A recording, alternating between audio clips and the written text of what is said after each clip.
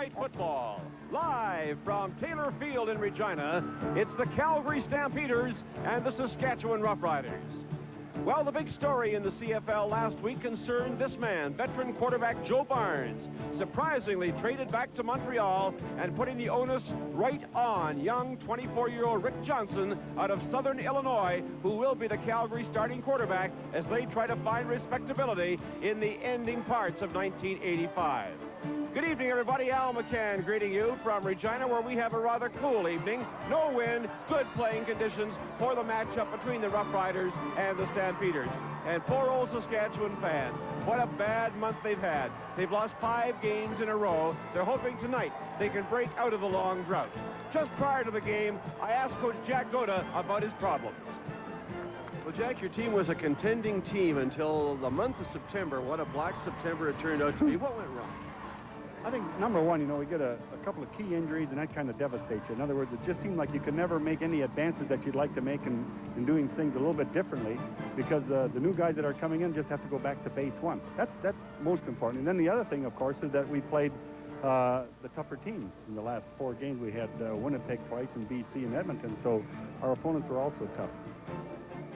And Goda has decided to go with quarterback Joe Pow tonight, although he gets criticized in lots of quarters. For more on that, let's go upstairs to Dale Isaac and Frank Rigney. Thank you, Al. Hello again, everyone. And Al was definitely right about that, Frank.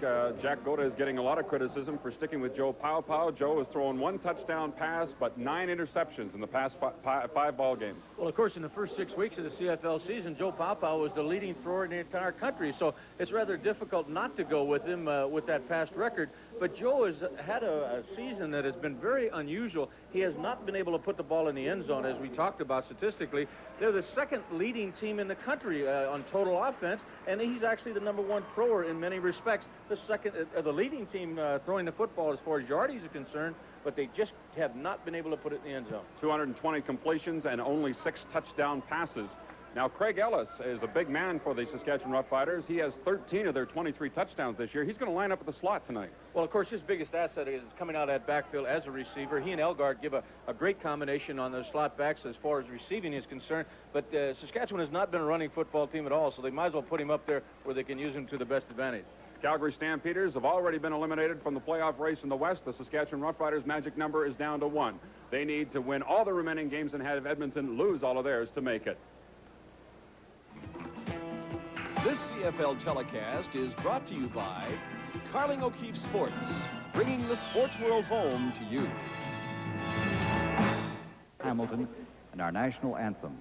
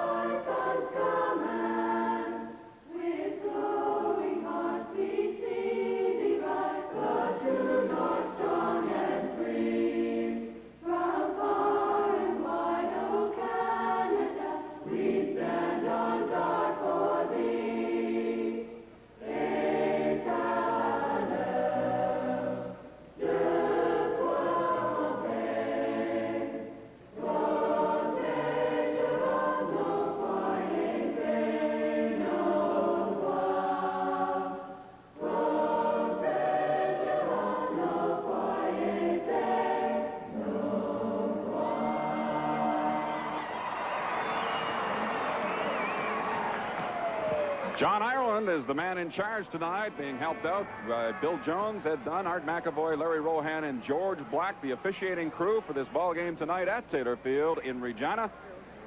And the Saskatchewan Roughriders on a 5-game losing streak. Their last victory was near the end of August in Edmonton. And the Calgary Stampeders coming in here tonight. They've lost their last 2 in a row. Rick Johnson gets to start because Joe Barnes is in Montreal. And Dale, I might add also, while it's raining on the ball game in Toronto, I understand, it's not a bad evening here. It's been kind of a shaky weather day in Regina, but temperature 7 degrees. There's a light wind blowing, favoring Saskatchewan here in the first quarter. And Saskatchewan will kick off, and you'll see that offensive line of the Stampeders out on the field in just a few moments. Dave Ridgway puts to the far side. to about the 10-yard line, and Jenkins on the got up to about the 25, and he was driven back. Tony Dennis, number 88, was in on the tackle along with Bernard King. That is the situation at Exhibition Park in Toronto at the moment. The Yankees, 2 runs on 4 hits, leading the Blue Jays 2-0. They are in the bottom of the 5th inning, but in a rain delay, and we'll keep you up to date on what's happening in Toronto. Of course, the Blue Jays need 1 win in this 3-game series to clinch the Eastern Division title. And Dale, I believe they have to complete a full 5 innings for that game to count. Is that not correct? That's right. The Blue Jays have to finish batting in the bottom of the 5th as Rick Johnson opens up with a little swing pass to Larry Mason, and he is forced out of bounds by Jitter Fields, number 25. Mason takes it out to about the 31-yard line. It was 1st and 10 at the 23.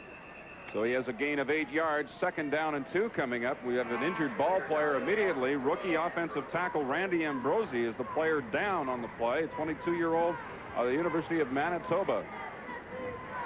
He's been a very pleasant surprise for the Calgary Stampeders in his rookie year. He's a 250-pounder.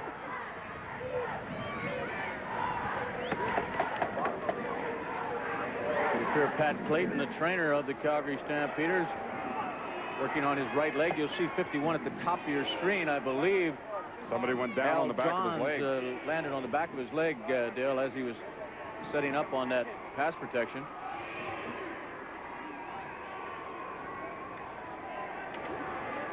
Head coach Bud Riley, 2-4 record since taking over the Calgary Stampeders from Steve Barato on August the 12th. Watch the defender of Saskatchewan, Al Johns, right here. Ambrosi is at the top of your screen, the right offensive tackle, and you'll see, I believe it is Johns, fall on his leg from the back. Youngster's up and under his own power now as Calgary starts off with an 8.5-yard gain. Just the first offensive play of this football game. Defensively for Saskatchewan, they have made a number of changes for this ball game tonight.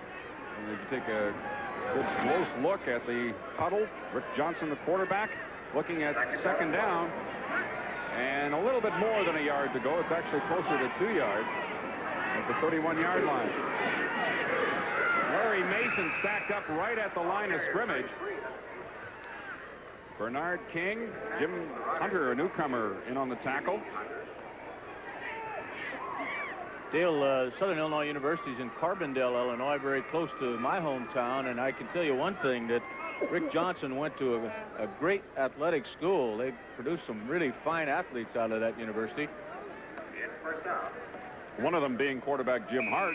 Absolutely, and of course, Rick Johnson beat quite a number of Jim Hart, the great St. Louis Cardinal quarterback's passing records at SIU. Look at the defensive lineup of the Riders.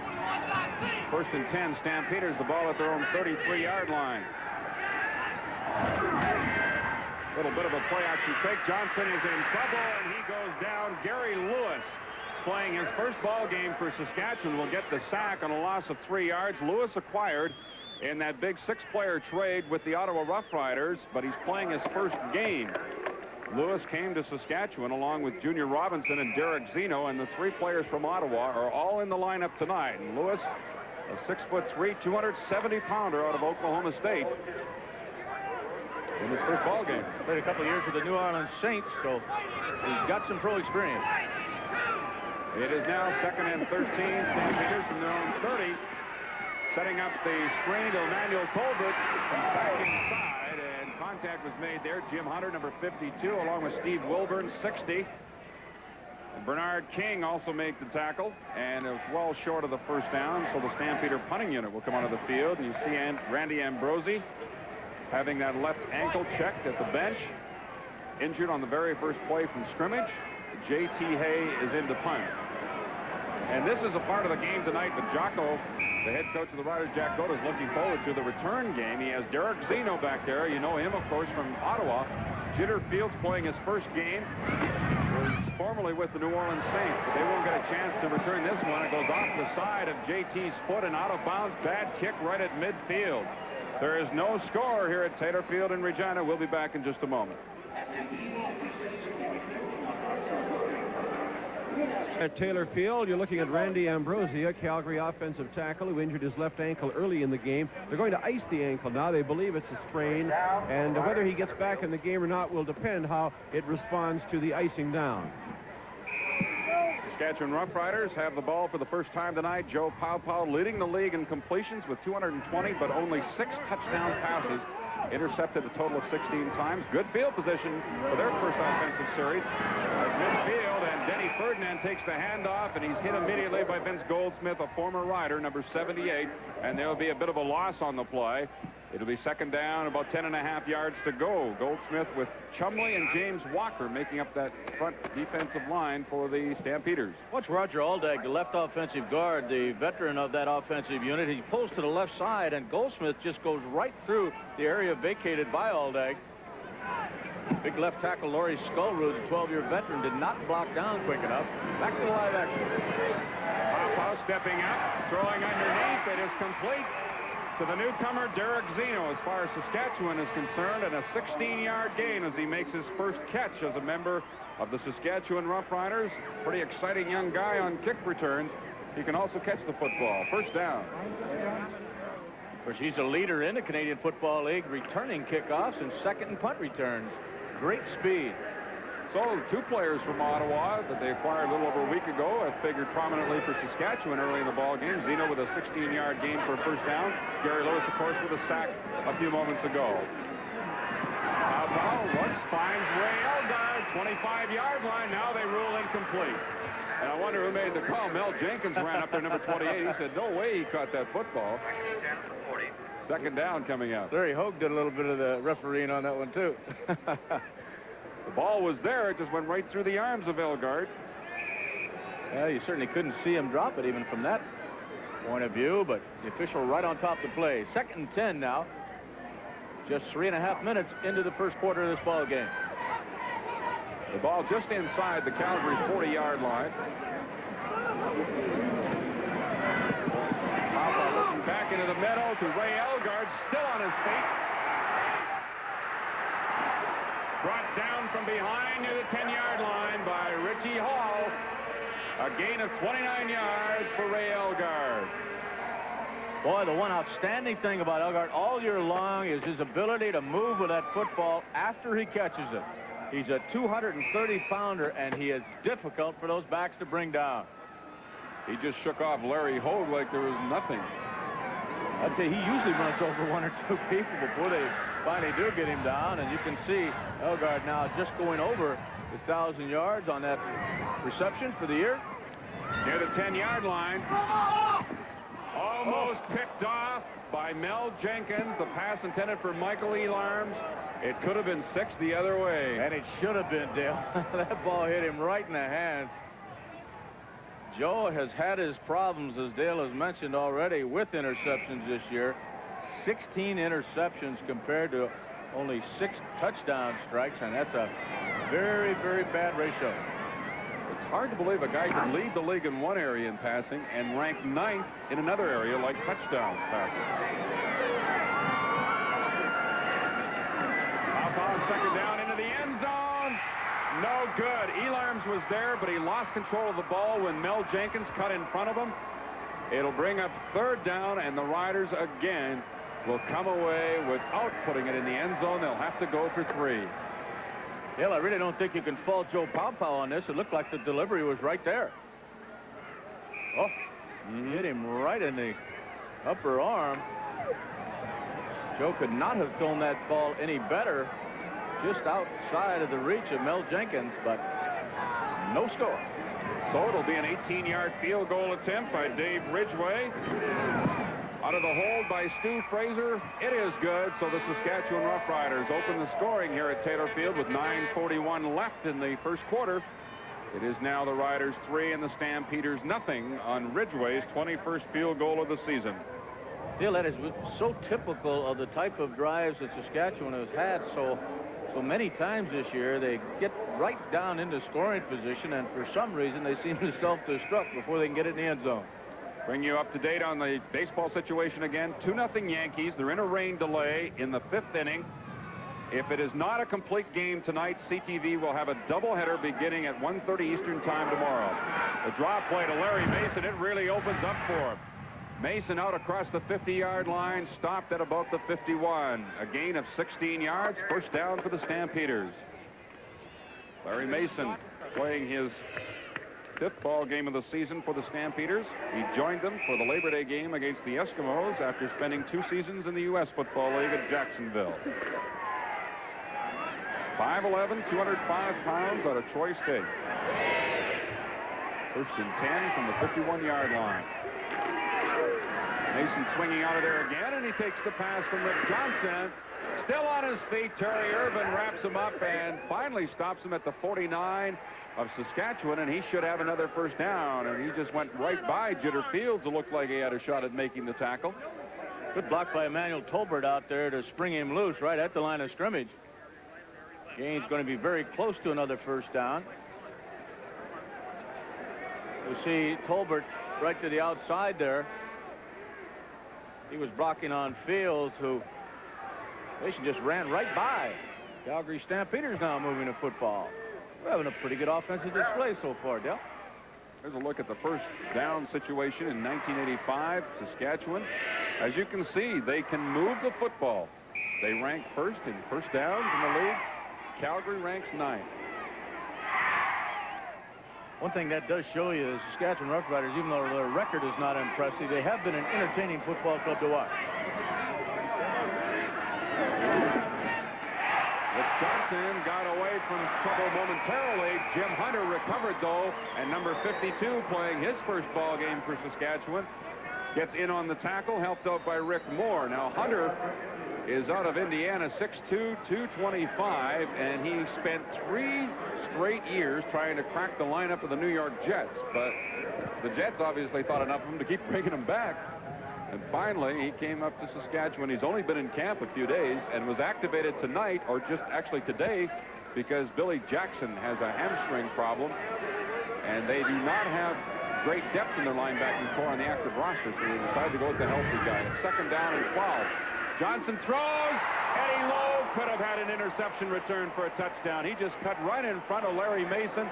So now we're even up on defenders who could have had 6 going the other way. If we start this up right now, I want to show you Greg Fieger.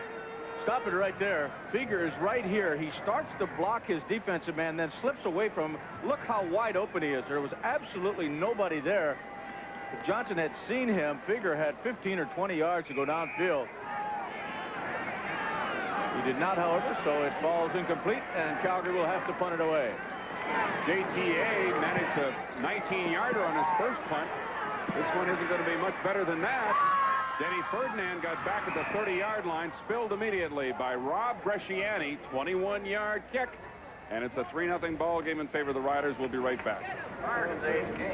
It was Denny Ferdinand and dropping the football last week. Here's what Jocko had to say about it. That's something that was completely, just kind of blew our mind. If he's a fumble one time tonight, he'll be out of it. But I had no idea. He's not been a fumbler. In other words, every running back fumbles the football, but not put it down 3 times in one game. That led to 3 field goals against the Riders last week, and certainly they hope to correct that problem. Pawpaw's pass batted up in the air by Vince Goldsmith, and it falls incomplete. It went high enough in the air that both players, Pawpaw and Goldsmith, got turned around and adjusted to it and almost had a race for the ball. I thought we were going to have a jump ball here. Pawpaw does a good job of screening Goldsmith out of the way when that ball is up in the air. Could have easily been picked off. 3-0, the Riders lead. On a field goal by Ridgway. And right now it's 2nd down and 10, Saskatchewan from their own 30-yard line. Pawpaw goes to the shotgun formation. Has to step up again and just tried to dump it off to Denny Ferdinand over his head, and it's 3rd down now for Saskatchewan. And they'll have to punt the football away.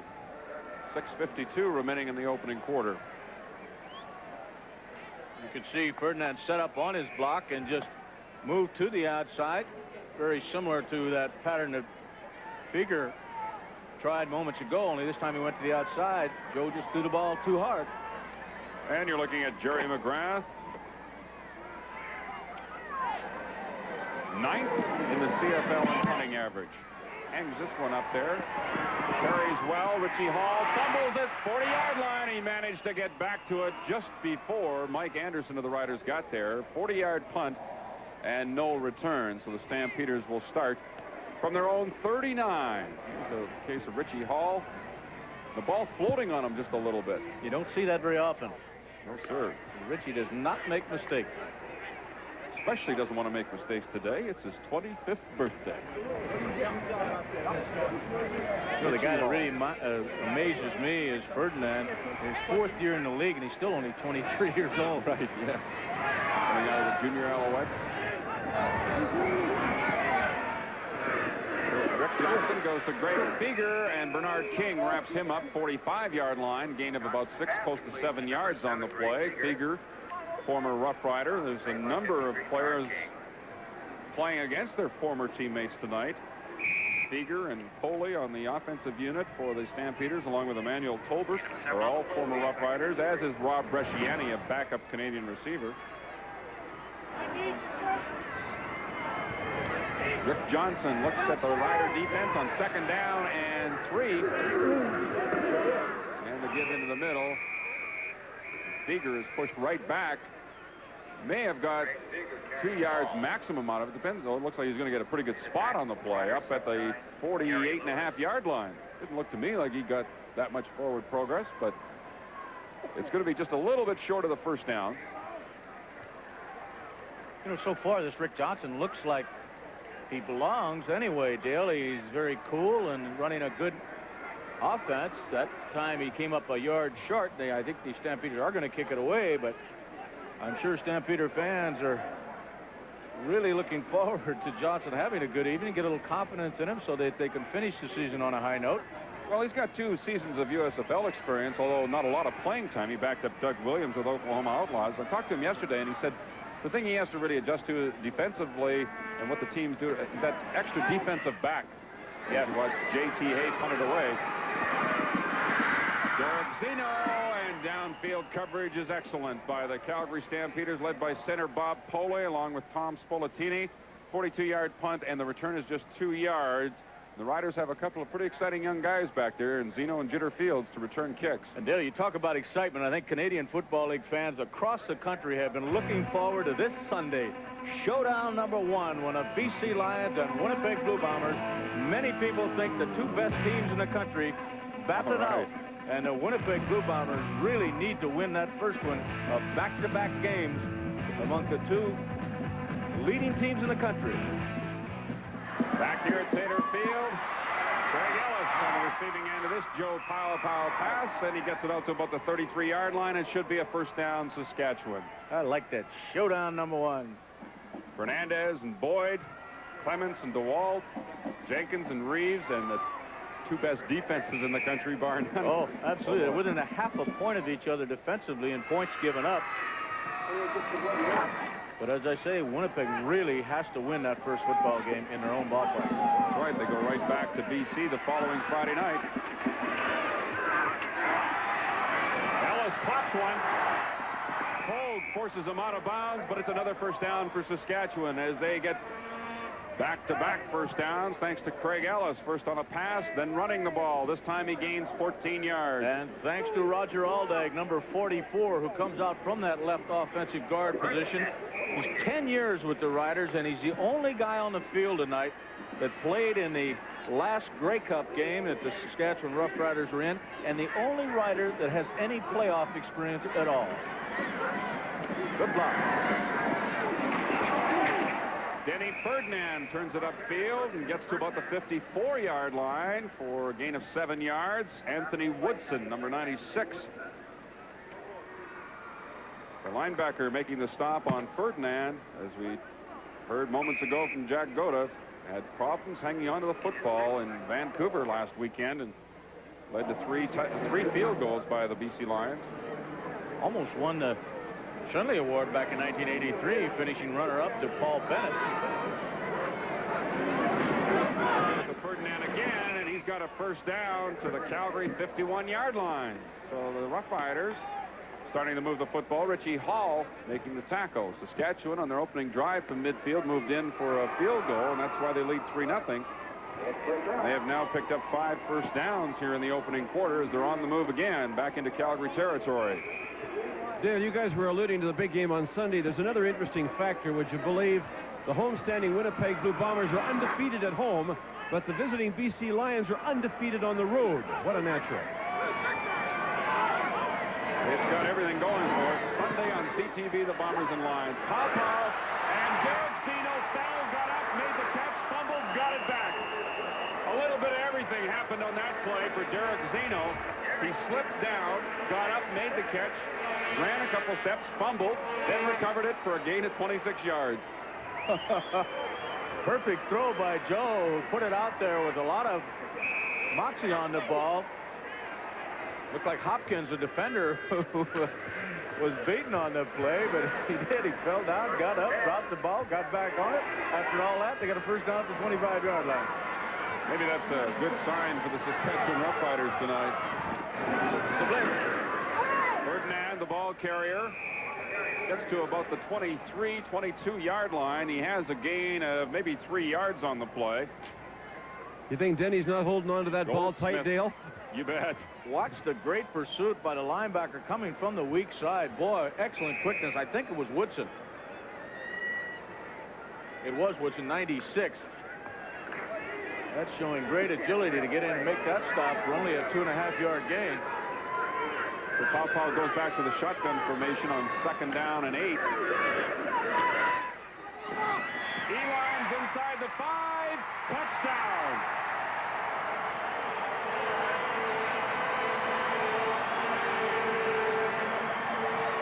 23-yard score for the Saskatchewan Roughriders. Michael Elarms, his 3rd touchdown of the season for Joe Paw. That is a big one for him, his 7th touchdown pass of the year. And a perfect strike. Well, the Riders only scored 5 touchdowns in the entire month of September, so they've got October off on a better foot. That they have. They're not that bad a football club, but boy, in September, things were just rotten for them. Well, they certainly haven't had any problems moving the football. As we mentioned at the top of the show, the 2nd team in total offense in the country. They just have not scored that many touchdowns, but they did put it away there. So with 1:03 remaining, we're going to pause for this. Michael Elarms on a pass from Joe Paw, and Dave Ridgway kicks it off again. In the end zone, Tag Rome on the return.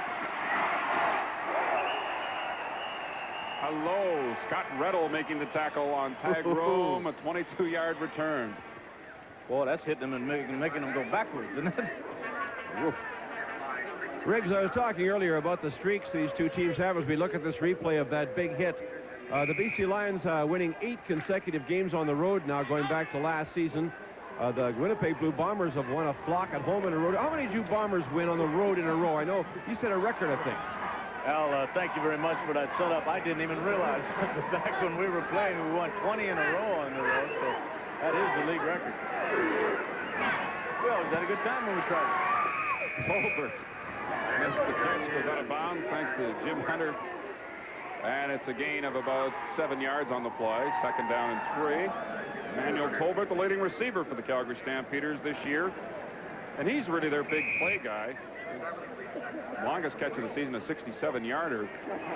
Former Saskatchewan Roughrider and Toronto Argonaut. Mason handoff, hit by Hunter at the 30-yard line. He fell across the 30-yard line. He'll be very close to a first down. We may need another measurement here. I think we should take this little moment out, Dale, to congratulate belatedly Frank on his most recent Hall of Fame induction, the Manitoba Hall of Fame. Nice to have you with us, Riggs, for a week. No Hall of Fames this week, eh? Well, thank you, Al. It actually wasn't the Manitoba Hall of Fame. It's Winnipeg Football Club Hall of Fame, but I appreciate your compliment. Thank you. You've been into so many, I mixed them up now. It is a first down for the Stampeders. The ball at their own 31-yard line. They trail 10-0. This could be the last play of the opening quarter. The middle opens up for Larry Mason. Mason gets out to near the 45-yard line. And we have 1 second left in the opening quarter. A pickup of 14 yards and another first down for the Stampeders. Well, Mason's had some big holes out there in that Saskatchewan defensive line. He looks a little bit tentative when he gets downfield, doesn't he? This will probably be, barring a penalty, the last play of the first quarter. It's a 10-0 lead by the Riders at the moment.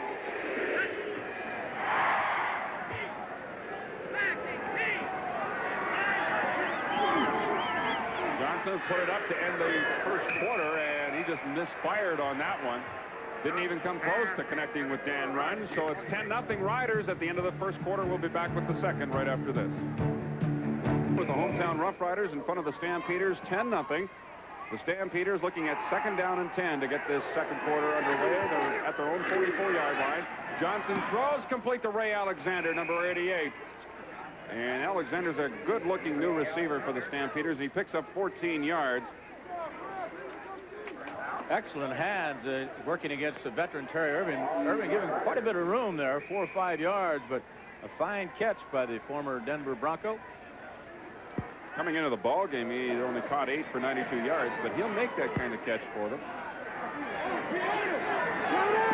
1st and 10, Rider 52. Blitz on Johnson by Gary Lewis, and he has his 2nd sack of the ball game.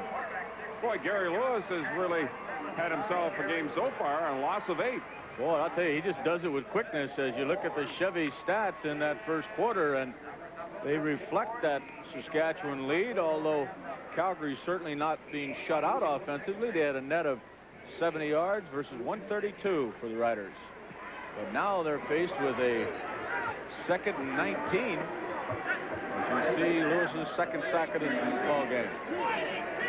Gary Lewis, rather big guy who can move pretty well. Little play-action fake now on 2nd and long by Johnson. He gets out of there, tripped up by Al Johns as he got to midfield. Johns just sprawled and managed to trip him up from behind. And so Johnson heads to the bench, and the punting unit is back out. Pretty good pressure and penetration by the Saskatchewan Roughriders right side. And you see Johns just get that hand on Rick Johnson. J.T. Hay to punt. No, he's going to pass on 3rd down, waiting for the ball and making the catch is Scott Bissessar. And the rookie Canadian receiver makes his first catch as a member of the Calgary Stampeders. Out of Queen's University, it's a 22-yard gain for Scott Bissessar. The pass from J.T. Hay. Is that what you call that? He certainly did not put too much on it, did he? Kind of floated it up there, but Bissessar was so wide open, he stood there and waited for it, and a big first down as the Stampeders keep possession. Way to go, JT. Bissessar was lined up way to the left, and Saskatchewan didn't even notice him. Johnson puts it deep. Touchdown, Emmanuel Tolbert. Great throw from Rick Johnson to Tolbert, 33-yard score. All right, the Stamps right back in this ball game with 2 quick plays from midfield. J.T. Hayes' throw, and now a perfect strike from Rick Johnson. Good protection on that blitz, and you see the man-to-man coverage back there. Eddie Ray Walker is beat cleanly by Emmanuel Tolbert. And boy, that's the arm that Bud Riley's been talking about. He just kind of flicked that one, and it was right on the money to E.T. for his 5th touchdown of the season. Yeah, he calls Rick Johnson the young Dieter Brock. I don't know if he can give him that much of a compliment yet, but the Stampeders put 7 on the board. They trail by 3, and we'll be back in just a moment. T. Hayes' first completed pass in his CFL career.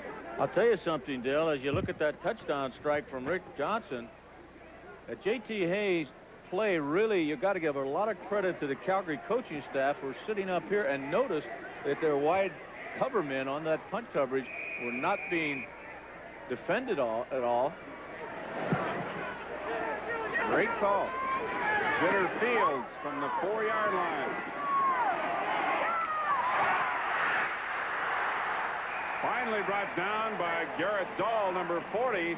39-yard return for young Jitter Fields, who set a New Orleans Saints record last year with a 61-yard punt return. Against my hometown St. Louis Cardinals, he did that too. Great speed. Out of the University of Texas, only 5'9". Riders first down from their own 38-yard line. They lead it 10-7. The draw play. Denny Ferdinand hit right at the line of scrimmage. He falls forward for a gain of 1 yard on the play. James Walker, the rookie out of Kansas State, there to meet him at the line of scrimmage. I think he's really protecting that football very well today, too. Watch how he holds on to it. Freddie Fleming has pointed out to us that every time he has carried the football, he seems to have given it a little extra protection after the 3 fumbles last week.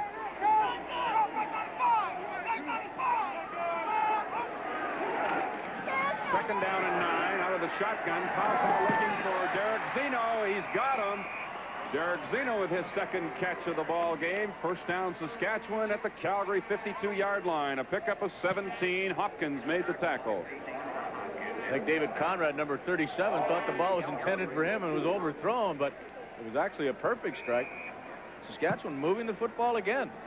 130-some yards of total offense in the first quarter, and they're continuing on. Saw him at grab it. Zeno is now caught 3 tonight in his first game with Saskatchewan. Powell buying himself lots of time. Going for Zeno. He's got him. First down at the 22-yard line. Hopkins making the tackle on Zeno again, and they pick up 30 more yards. Oh, boy, a good combination all of a sudden as Joe rolls to his right side, and Dale pointed out a lot of time to throw the football, and a perfect strike by Joe. Actually, Joe's been throwing the ball very well this He sure has. He's had a couple of them dropped on him, and his stats would be just outstanding. Another first down, Saskatchewan, 22-yard line. Zeno, the defensive back has fallen on the play. Hopkins managed to get back up, force Zeno out of bounds inside the 10-yard line. They'll spot it at the 8, first and goal, 13-yard gain for Zeno. And he is fast becoming Joe Powell's favorite receiver. He wants to come out of that ball game. He's waving to the bench to have someone get in there for him. 3 straight receptions by Zeno. Tony Dennis will replace Zeno as the wide receiver. Interesting having Jocko talk about Tony Dennis last night. He says he's done such a great job in practice. In ball games, he has not been that outstanding. You see the baseball score there. Play has resumed in Toronto now. Ferdinand slipped down, got back up, but he'll lose yardage. Got to the 10-yard line. You only have to play another half an inning, Dale, in that ball game, I believe, for it to become official. So Blue Jays will finish their at-bat in the bottom of the 5th. The Jays are going to have to score. And that's what they haven't been doing lately, is scoring runs. Oh, they'll get that game in, guys, even if it takes 2- and 3-hour rain delays. What was that deal earlier? We had a 3-hour, 18-minute rain delay in a game. Al, they said out of Toronto, the information we got, that they've waited as long as midnight to get that ball game end. Coming down for the Riders, goal to goal. Throws, touchdown. Derek Zeno. His first touchdown as a member of the Saskatchewan Roughriders. Boy, oh boy, and Joe Powell all day back there to throw the football. Absolutely no pressure from the Calgary Stampeders. Watch this. Joe just stands back there, and finally, you can't cover him that long for sure. Zeno, 6 catches, 125 yards, and a touchdown. It's really amazing, too, Dale, you know, because the Calgary Stampeders ranked 3rd in the CFL in terms of sacking the opposing quarterback. But on that drive, absolutely no pressure as Powell throws for his second touchdown. So with the score 17-7, we'll pause for this. Last week, the question was, should the CFL allow the referees access to TV replays? And 78% said yes. And our question for the night, back to you, who has the kickoff, is returned out to the 30-yard line. Anyway, here is the question tonight. Should holding be called only when it directly affects the play?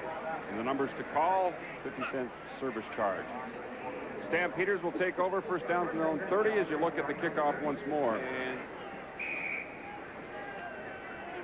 pretty good coverage by the Saskatchewan Roughriders. The ball right at the 30-yard line.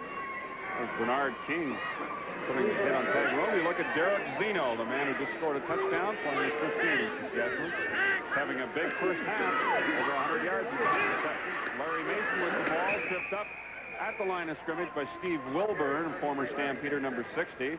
And he stopped at about the 31, a gain of 1 yard on the play. Can I have a vote in that holding question there, Dale? I don't think it should ever be called. Just kidding. Speaking as an old offensive lineman. Let's don't use that. Let's just say former. Second down and 9. Johnson gets away from trouble. Then he's hit from behind just as he released the ball. Is caught by Greg Feger. But Feger was stopped immediately, and now we have a penalty marker down. Eddie Lowe in on the tackle against Feger. But the flag was upfield. I think he had a clip downfield by Paul Palma, 66, or he may be calling it rough play. Looks like he blocked from the rear.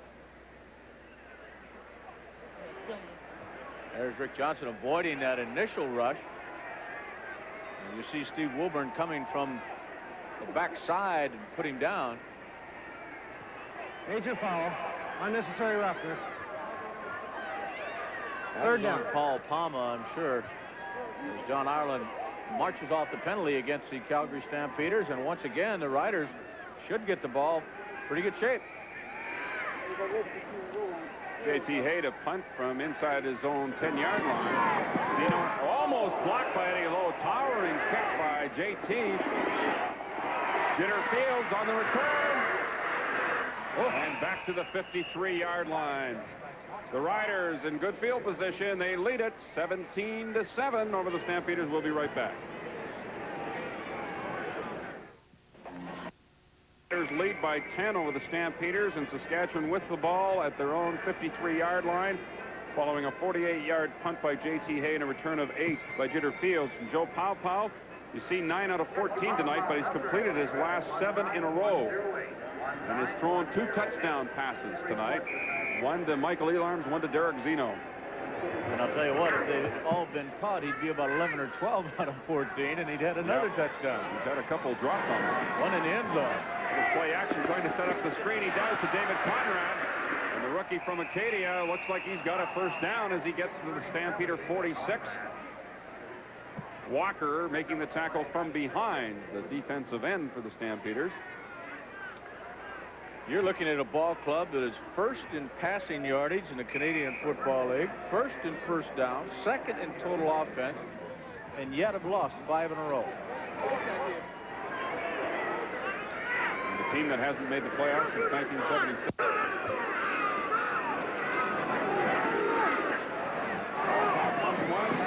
Through to Craig Ellis, who lunged for the football and couldn't bring it down.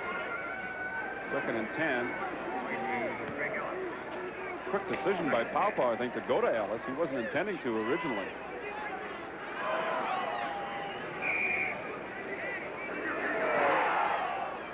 Seven and a half minutes remaining in the second quarter. Out first down, the Stampeders fall 7 to this point. Pau looking at second and 10, and will work from the shotgun formation. Blitz. Pau puts it up deep down the middle. Who's got it? Nobody ends up with it. Ellis and Elgard were both there. Richie Hall, I believe, came over and knocked that ball down.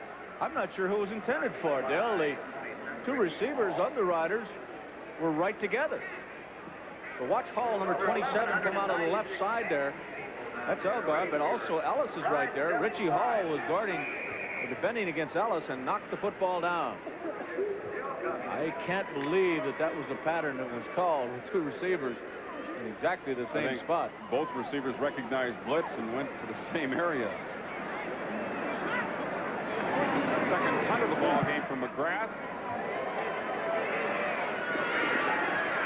Bag Rome gets it out to the 15-yard line. 33-yard punt and a return of 2, and the Stampeders will have to start fairly deep in their own zone. And we have 6:47 remaining to play in the second quarter. Stampeders trail 17-7.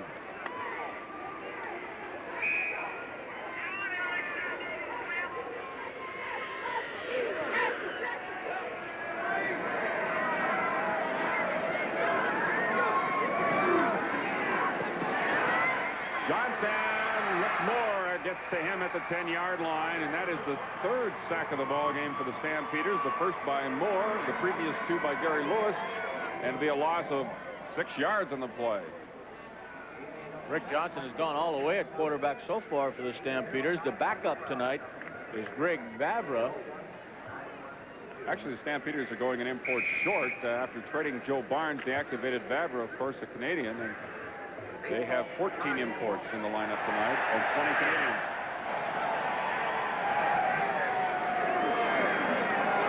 Johnson throws, and it bounces after going off the hands of Greg Feger, so they'll have to punt. Updated score now from Toronto is unconfirmed at this point. So I guess, okay, thought we had another score for you, but we're not going to give you that until we're absolutely sure it's correct. Well, I think that's what you should do. Give us a hint, Dale. That's good for the Blue Jays. That's what I heard anyway.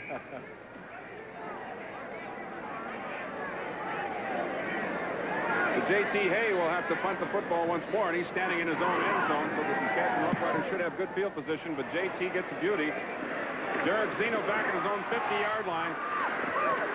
And he stopped at midfield. He's an exciting guy, even though he only got about 6 yards returning that. He looks like he's about to break every one of them. Following tonight's game, the Carling O'Keefe Sports Game Stars will be receiving this Royal Canadian Mint 1-ounce gold coin. Presented by Kodak, makers of the new 8mm Kodavision video systems featuring the portable all-in-one camera and recorder from Kodak. 5.5 minutes remaining until halftime. The Riders with great field position. They're at the Calgary 54-yard line. They lead by 10. Papa, a little play action fake. Throws just as he has hit. The ball goes up in the air, incomplete now. Joe's hurt. Big hit on Pow Pow by Mark Nelson, I think it was. No, it was Don Chumley, I believe. Okay. 63. You'll see him coming from the top of your screen. Chumley gets by Vic Stevenson, the right offensive tackle, and it's a big shot on Joe. Frank, Frank, excuse me, I was talking to Don Chumley earlier, and he uniquely out of the University of Georgia, but guess where he was born, Frank? He was born in Heidelberg, West Germany. Oh, darn, you know everything. He also was a teammate of Knox Culpepper at the University of Georgia. Bulldogs, I believe. His dad was in the military. That's why he was born in Germany.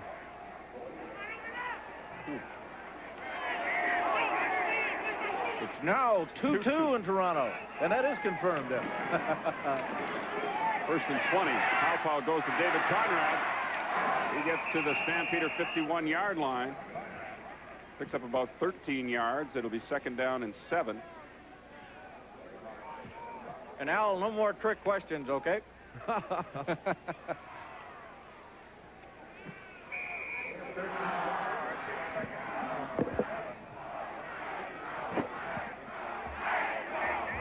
that score is wrong there. It's 2-2 now in the bottom of the 5th inning.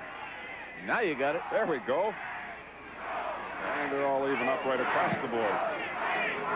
Second down and 7. Pow Pow's in trouble. Mark Nelson got there first. He had help from Bernie Morrison as the two outside linebackers meet at the quarterback, and that'll bring up a punting situation. They put the linebacker in a down position here, as you'll see. Mark Nelson, he comes in there totally untouched by anybody. Got off the ball very well. Left tackle's tied up with Vince Goldsmith, and nobody touched Nelson at all. Of course, the son of the former great Roger Nelson of Edmonton Eskimo fame for so many years.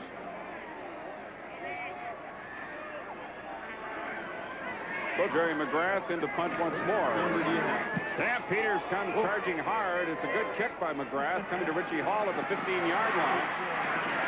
The little guy just puts his head down and gets it back to the 25 for a return of 10 yards. And that little guy, Richie Hall, is fearless out there. A 40-yard punt and a 10-yard return. Bernie Morrison was the Stampeder that almost got that kick.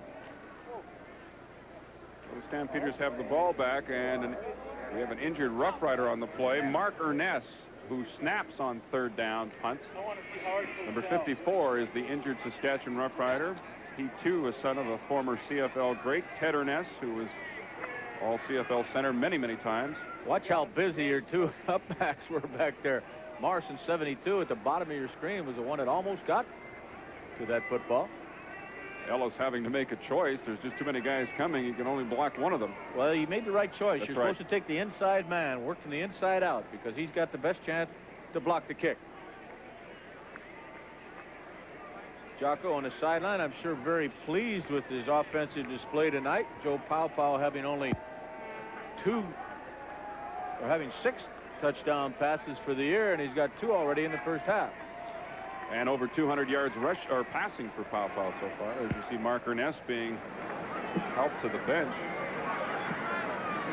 At the halftime, I'm going to be talking to J.T. Hay, but I hope you can hear us, because believe me, they're going to have quite a band extravaganza during the half. Would you believe they have 1,300 young musicians out on the field preparing for this halftime show? The play action fake. Johnson can't find anybody open, and he'll go down. 4th sack against the Stampeder quarterback. Rick Moore was there, so was Gary Lewis, Scott Rettle, and who else? Steve Wilburn. They were all there. Bill, you know one thing about this young quarterback, he may not be finding his receivers as quickly as he will when he gets a little more experience, but at least he's not throwing into coverage and so forth. He's swallowing that football, not giving up the interception. He lost 2 or 3 yards, but at least he's got a chance now to pick up a first down and keep the drive alive. They try the draw on 2nd and 13, and it worked big. Larry Mason has a lot of running room. Trying to get outside, going to be caught from behind by Jim Hunter. The ball pops loose, but they're going to rule the play dead. And a big gain of 39 yards for the Calgary Stampeders, and we have 2:55 remaining in the first half. 10-point lead for Saskatchewan, and we'll be right back. Big Dan runs, a 6'9" slot back. He gets in the way of Fields and allows Mason to go right by him. Good play on 2nd and 12 by the Stamp. Back to the live action. Johnson throws this one out of bounds. Ted Rome is over there, and Gainer the Gopher got hit with the football. Johnson now checks the plays. He has taped to his wrist. It's 2nd down and 10 Stampeders. The ball at the Saskatchewan 49-yard line. We have 2:40 remaining in the second quarter. Saskatchewan leading 17-7.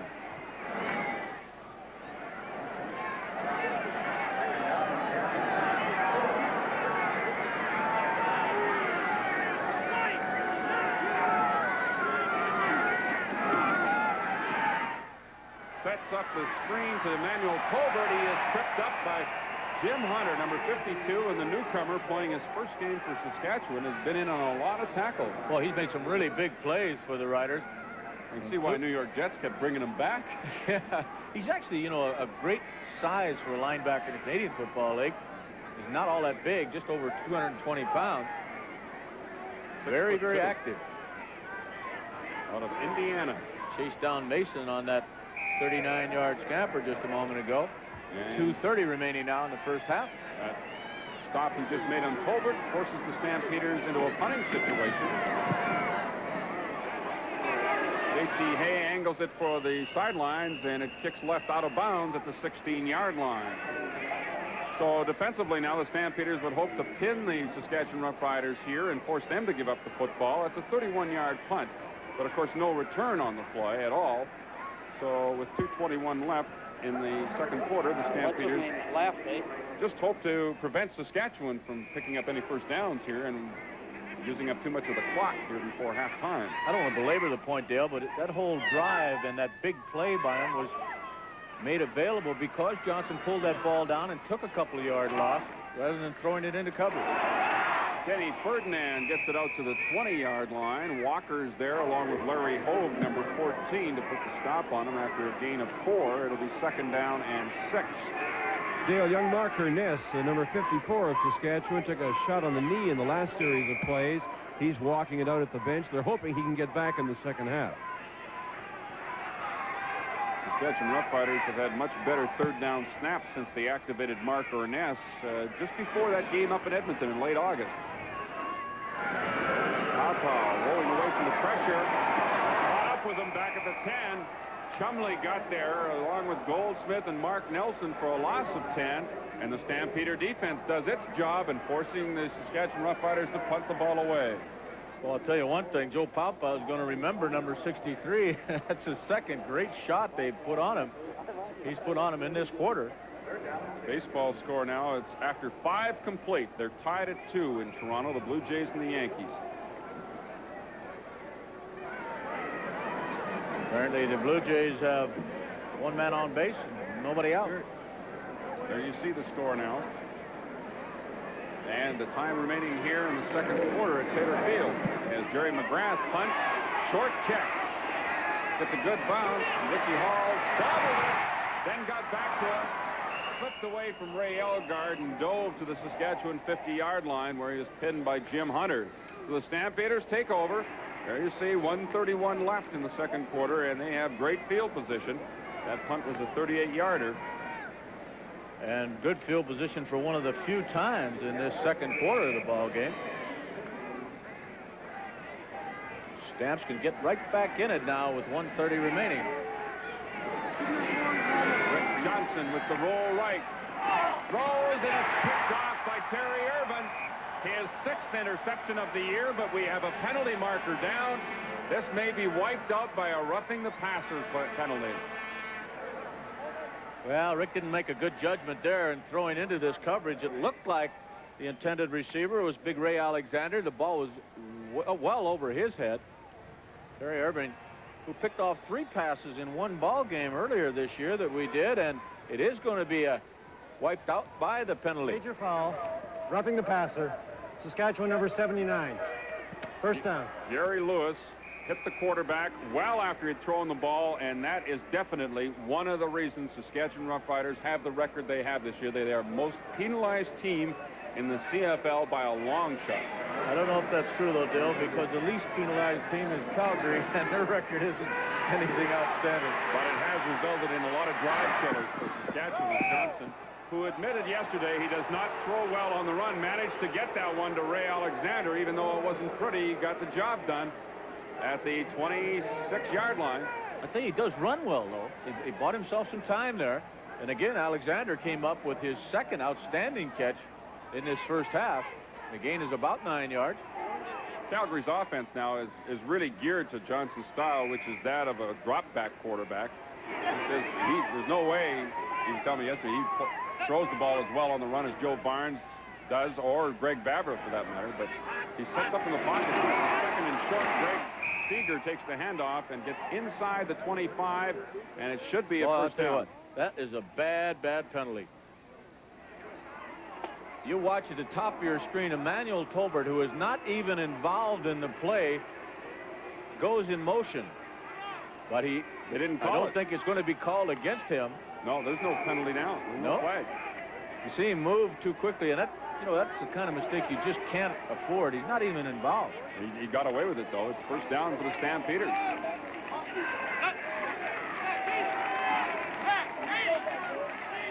Ball just inside the Saskatchewan 25. Oh, Ray Alexander almost made a spectacular catch. It looked like Dave Singh was the intended receiver. It looked like the ball was going right to him. What an outstanding effort. Whoa. And Alexander at 6'4" just stretched out for it and almost came down with a touchdown catch. Watching from the reverse angle now, he can really get up in the air. What an outstanding attempt. Into the middle they go to Greg Figger. He's to the 15-yard line, close to a first down. Hunter teams up to bring him down along with Bernard King. Another fairly recent. I think that's going to be just short, Dale, but it's very close to it. Figger knew exactly what he needed to do to get a first down. As you see, 47 seconds remaining. I mentioned Bernard King. He has not been with the Roughriders all that long. 4th game.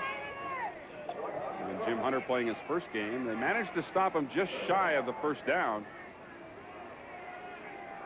3rd and a little bit inside the Saskatchewan 15-yard line.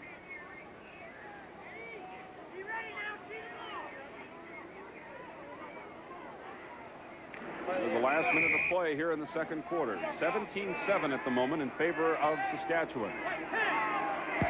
third down gamble for the Stampeders. Johnson keeps, and he just went right in behind his big center, Bob Poley, and picks up the first down.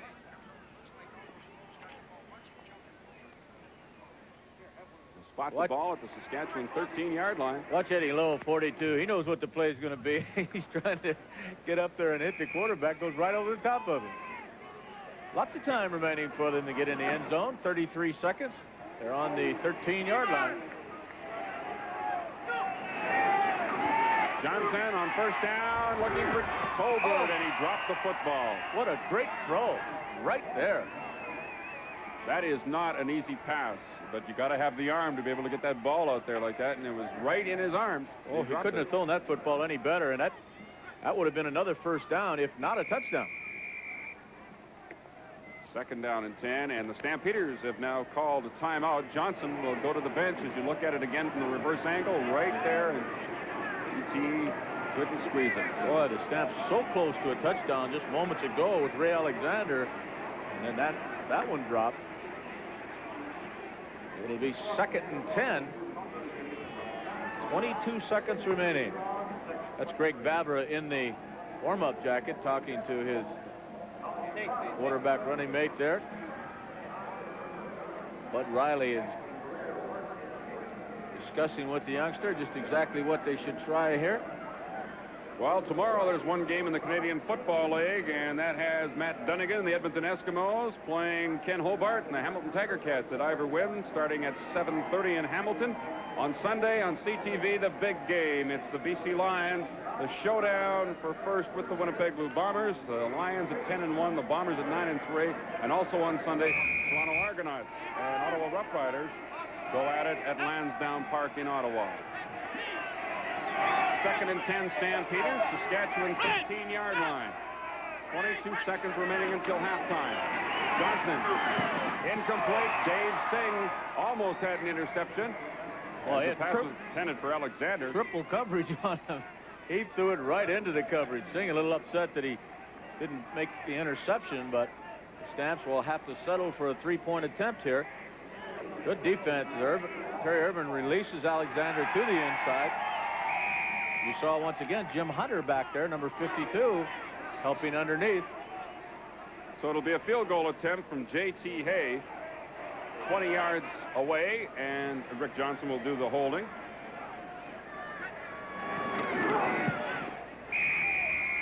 And J.T. Hay connects with 16 seconds left in the first half, his 23rd field goal of the season. And it's now 17-10 in favor of Saskatchewan coming into the ball game. J.T. Hay, fourth in CFL scoring with 95 points. He has kicked 4 here tonight, make it 99. Let's get back to our question for tonight and our CFL poll. Should holding be called only when it directly affects the play? You think that should be the case? 1-900-720-3720 and no 720-4720. Riders at their own 35-yard line just rounding the football, and fans here not too happy about that. No, they wanted him to go downfield. Coming up at halftime, and we'll take a look at the CFL this week. And our close-up feature tonight will be with Ricky Turner, the quarterback of the Toronto Argonauts, and Frank and I will be along with highlights of this, what has turned out to be an entertaining first half of football at Taylor Field. Our ball is grounded again, and that's going to do it. To a chorus of boos, the hometown crowd didn't like that at all, as the Saskatchewan Roughriders content to head to the dressing room with a 7-point lead rather than extending it. Well, okay, Dale, I've got J.T. Hay with me, the man who was instrumental, really, in Calgary's lone touchdown, in as much as he completed that 3rd and 10 fake punt. That's the first time I can recall you throwing the ball in a game, J.T. Is it the first? Yeah, that's the first time I ever threw the ball in the game. We had a flex punt, and we had Scott Bissessar about 15 yards out, and heard people yelling from the bench, and then I looked over and he was wide open, so I just tossed it over there. Is that an option? Now, did you have the option of throwing or kicking? Yeah, we had the option. You could throw or kick. When we were in the field position the way we were at the center field mark, had it been down deep in our own end, we wouldn't have tried it. You've been working on it, though, in practice, eh? Oh, all year. Coach Jerry Hart's given me all the tips. I want to talk to you about one phase of your arsenal, and that's extra points. If my mathematics are right, JT, you've kicked 250 in a row. I'm close. I'm within one if I'm not right, dead on. That totally amazes me. Does it ever start to bother you a little, the fact that that string is getting so long? No, I think the only thing that bothered was when you got so close up to the 246 mark, you didn't want to blow it then, but a lot of the credit has to go to the center and the holders. They're the ones that were there out before practice and after practice, and it goes back to the days in Ottawa, the centers and holders I had there, and it's always been a compliment for the others on the field goal and convert team, and if it wasn't for them, wouldn't have been possible neither. JT, is it hard to keep up your concentration with the frustrating season you guys have had? It's unfortunate that we're out of the playoffs at this point in time, but football's a game you got to be ready to play it 16 times a year and for 60 minutes, and we're professionals and we're expected to do it, and we just got to keep plugging away and try and get in the winning track for next year's training camp. Well, you're only down 7 points. I think this is going to be a very interesting second half. JT, good luck. Thanks, Al. Okay, 17-10 is the score here at Taylor Field. And you're reminded that the CFL on CTV will continue in just a moment. 7th inning at Exhibition Park in Toronto. The Yankees and the Blue Jays are all tied up at 2. Of course, the Blue Jays just need the one victory over the Yankees. Now we want to get back to this football game. We talked off the top of the show, Frank, about Joe Paopao not really doing the job for the past month especially, but the first half tonight, he was hot. Well, his stats were great. He just wasn't put in the end zone. We mentioned he had only 6 touchdown passes in the entire year. He's got 2 in the first half. He opened up this ball game with a great throw to Ray Elgard, moved the ball all the way down to the 11-yard line, but that drive stalled, and the Saskatchewan Roughriders had to settle for 3 points, and it looked like the old story once again. Did it ever? But a little bit later on, they managed to put it in the end zone, and Joe Paopao finds Michael Elarms at the 5, and he puts it in for the major. That made it 10-0 for the Saskatchewan Roughriders at the end of the first quarter. But then Rick Johnson hit his only touchdown strike in the first 30 minutes. This one to Emmanuel Tolbert. This drive, of course, kept alive by a great play by J.T. Hay to Scott Bissessar out of punting formation. And Zeno, the recent acquisition from the Ottawa Roughriders, is wide open as Joe Paopao rolls to his right, has a lot of time to throw the football. Zeno had 5 receptions in this drive, and it was capped off by this touchdown strike from Joe Paopao. That made it 17-7, and of course the Calgary Stampeders came back and got a field goal just in the dying moments of that first half. So it's a 17-10 football game here after the first 30 minutes. As you take a look at our Chevrolet halftime statistics, you see that the Saskatchewan Roughriders and Joe Paopao have passed for over 200 yards, total offense of 226. And it's a 7-point lead for Saskatchewan as we get ready for the third quarter. Calgary will be kicking off to the Saskatchewan Roughriders. As you see, part of the halftime activities here, Saskatchewan Band Week, 1,300 kids on the field. And boy, did they provide some entertainment. Strike up the band. Support your local band was the theme of the halftime show. And of course, they spelled out Rider Pride here at Taylor Field during the halftime ceremonies, and we're just about ready to get back to CFL action as you take a look at Rick Johnson, and he's on the sidelines at the moment because the Saskatchewan Roughriders will have possession of the football following the kickoff. And the first play from scrimmage, Denny Ferdinand taking the handoff from Joe Paopao, and he has a gain of about 3 yards on the play out across the 35. It'll bring up 2nd down and 7 for Saskatchewan. And Dale, the weather has really improved. The wind has stopped almost completely, and it seems the temperature must be rising. It's quite pleasant now. Actually, that was close to a 4-yard gain for Ferdinand. 2nd down and 6. Paopao quickly throwing. Derek Zeno makes the catch, and a good tackle by number 15, Ron Hopkins. Zeno trying to make a quick little move on the corner, and Hopkins managed to bring him down. He's very close to a first down. They'll have to have a measurement here. That's Zeno's 7th reception already in this first ball game for the Western Riders. Paopao, by the way, was 11 for 18 for 201 yards and 2 touchdowns in that first half. And the big story statistically for the Stampeders was running back Larry Mason, who picked up 75 yards on the ground. Paw now at 208 yards passing tonight. First down, Saskatchewan. The ball at the Riders' 42.5-yard line. Little counter play to Craig Ellis. He picks his way through the middle of that line and knocks Culpepper. Makes the stop on him. A gain of close to 6 yards on first down for Craig Ellis, who's actually playing as a slot back tonight. Chris DeFrance, the all-time leading receiver for Saskatchewan, is out of the ball game, did not dress because of an Achilles problem. And the Roughriders have already had 2 players go down with Achilles tendon injuries this year, and they didn't want to take any chances with DeFrance, so they sat him out for this one. Second down, Denny Ferdinand trying to slip outside. Culpepper cannot make the tackle. First down for Denny Ferdinand as he moves the ball into Calgary Stampeder territory. Richie Hall got over there to finally put the stop on him. Denny Ferdinand running well tonight and hanging on to the football, which is the important thing. The little guy at 160 pounds comes up and stops the big fullback. But not before he gains a second first down of this drive early in the third quarter. Great night for Joe Paopao so far. Boy, he's needed a night like this after the month of September.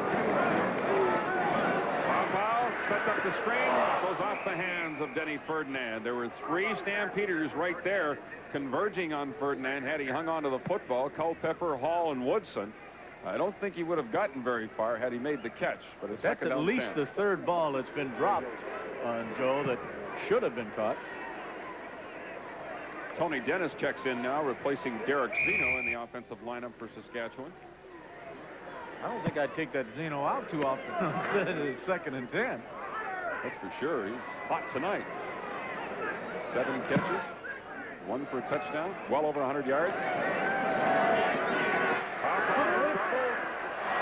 Spins out of there, puts his head down and dives to about the 45-yard line, and he'll be short of the first down by 3.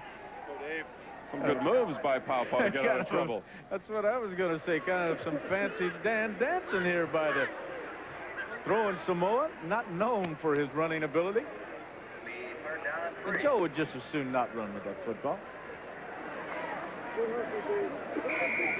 Joe heads off the field now. The punting unit is out there. Jerry McGrath will kick from midfield.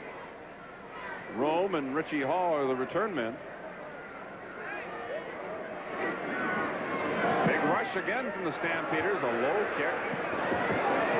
Richie Hall inside his own 5, and he is tripped up before he gets to the 10-yard line by Glenn Suter, number 27. A 43-yard punt thanks to a couple of good bounces and a 7-yard return. So the Stampeders will be starting deep. Now we want to remind fans that you can get in on the match and win contest. All you have to do is match the Football Reporters of Canada selections for the 1985 CFL All-Star team. You can win, and this is the Allied Van Lines match and win contest, and ballots will be distributed at these upcoming games in the Canadian Football League. October 25th in Calgary, the 26th in Ottawa, 27th in Toronto. Ballots are also available at CFL team offices and Allied Van Lines offices. Rick Johnson airing this one out. And it is caught by Ray Alexander. Even though Terry Irvin had position on him, Alexander comes down with the football for a 45-yard gain. He has great height and obviously great hands. Well, Dale, we talked about his great jumping ability as well when he went up in the end zone and almost made a spectacular catch in the second quarter of this ball game. This ball is really thrown up in the air by Johnson, and Alexander just takes it away from Terry Irvin way up in the air. Big play for the Stamps. Johnson really takes a hit from Al Johns just as he got the ball away. Now we're back to action. Johnson throws, and it goes incomplete. Greg Feger, the intended receiver. Well, he might have had a little bit too much on that, but certainly a catchable ball. It'll be second down and 10 for the Stampeders. The ball at their own 54-yard line. I like the looks of this young guy. I really do. Boy, he's tough too, Frank. That was a heck of a hit Johns put on him. Making his third start for the Stampeders, Rick Johnson. Of course, he is the quarterback now with the Stampeders after the trade of Joe Barnes to Montreal earlier this week. Second and 10, the blitz is on, and he just unloads it. Nobody there. Absolutely nobody there in the way of an eligible receiver. I think that was Craig Ellis was the intended receiver. It was a screen to the right side, and Saskatchewan just tied him up. I should say Mason, both wearing number 33, but for different teams. So J.T. Hayes back on the field to punt.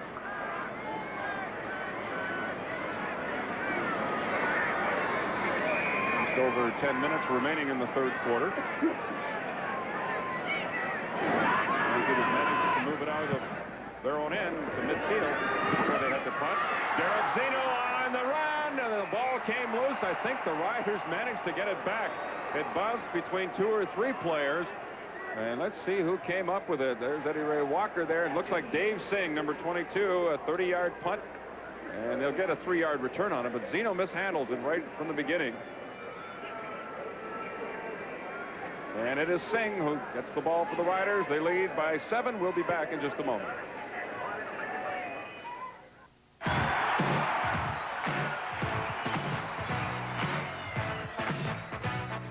That's the final play. Your team works hard and that's your game. Bring your thirsty self right here. You've got the time, we've got the beer for what you have in mind. Hey, yeah, come on, it's Miller time. The clean, smooth taste of Miller High Life. That's Miller time. Oh, thrill me with your light. I wanna feel it. Feel the fire ignite and fly away on wings of excitement. Excitement, excitement is what I'm living for. Excitement, excitement, wanna feel my spirit soar. Excitement, excitement, fuzzy and thrill. Excitement. The score 17-10. We're just in the middle of the third quarter here at Taylor Field. That's Scott Bissessar, 29, who caught that pass from J.T. Hay in the first half to keep a drive alive. You see they're paying a little more attention to him now. First down, Riders from their own 29. Play action fake for Pow Pow. He throws complete out to the 35-yard line to young David Conrad, number 37, the rookie out of Acadia.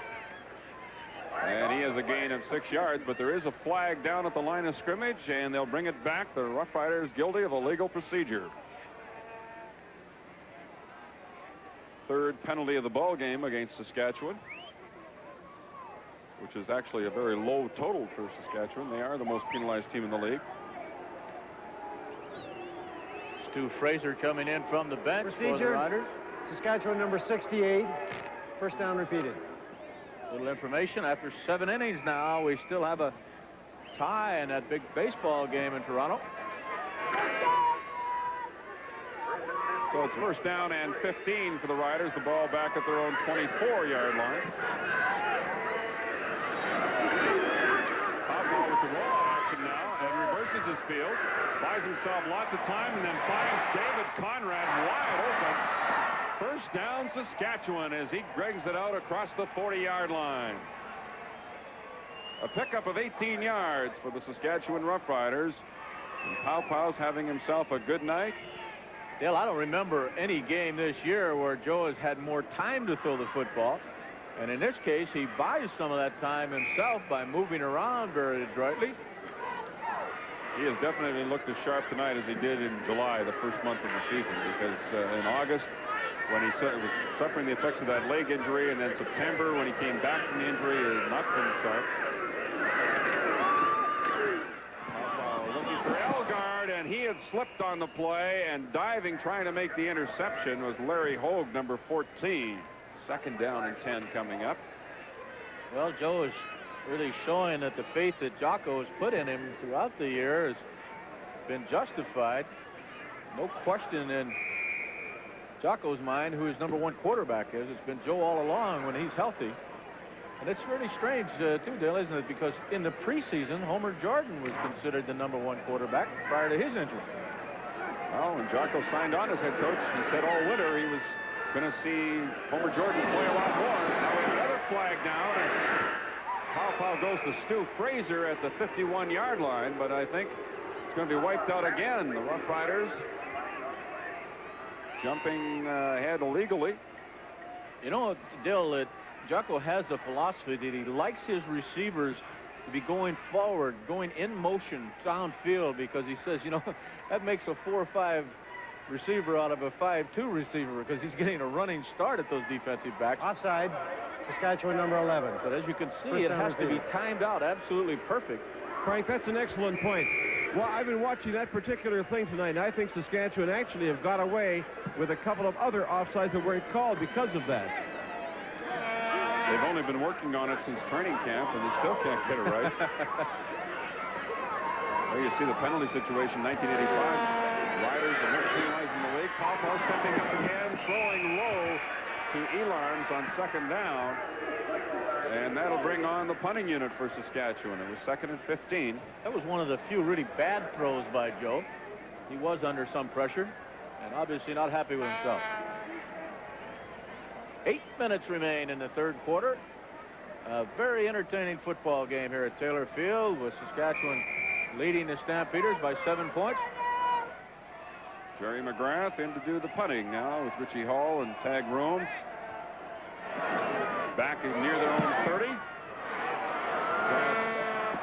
Just went a little higher, and Tag Rome on the return is spilled right at the 40-yard line by Ray Elgard. 7:46 left in the third quarter. 17-10. Riders lead the Stampeders. We'll be right back. When did you shave last? The team has a record of 2 wins and 4 losses. Interesting quote in the local paper here on Bud Riley today. A lot of people asked him why he wanted to get back into head coaching ranks. He seemed very happy as doing his scouting job for the Stampeders, and his only answer was, once that coaching gets in your blood, you just can't get rid of it. Somebody tried to ask him about next year. He said, I'm not talking about next year right now. Let's talk about the game. Larry Mason. Eddie Lowe finally brings him down at the 43-yard line for a gain of 4 on the play. 42, Eddie Lowe. Mason does a good job of staying on his feet, but you've mentioned it, Frank. He is a little tentative once he gets across the line of scrimmage. Good job by Fran McDermott. He does an excellent job supporting the run. He, as a matter of fact, leads the Saskatchewan Roughriders in solo tackles with 40 coming into tonight's ball game. Second down. 5 to go for the Stampeders, and they give Mason 5. Johnson going deep and overthrows Tag Rome. Nobody was really open that time, and he just more or less threw it away, and it's going to bring on the punting unit once more. That was McDermott right back there defending on the pass that time. There's little Richie Hall. What an entertaining guy he is. And one of the real favorites of Jocko, isn't he? Oh, yeah. Every time he's brought up. Got a first chance to just say enough about it. You just mentioned Stampeders, and right away Jocko starts talking about Richie Hall. Automatics. Good kick. GTA turns it over. This is Derek Zeno on the return. Still on his feet to about the 34-yard line. Culpepper in on the tackle along with Bresciani. An update from Toronto now. They are still tied at 2. They're in the middle of the 8th inning. The Yankees and the Blue Jays. Toronto needing just to win one more game to clinch it.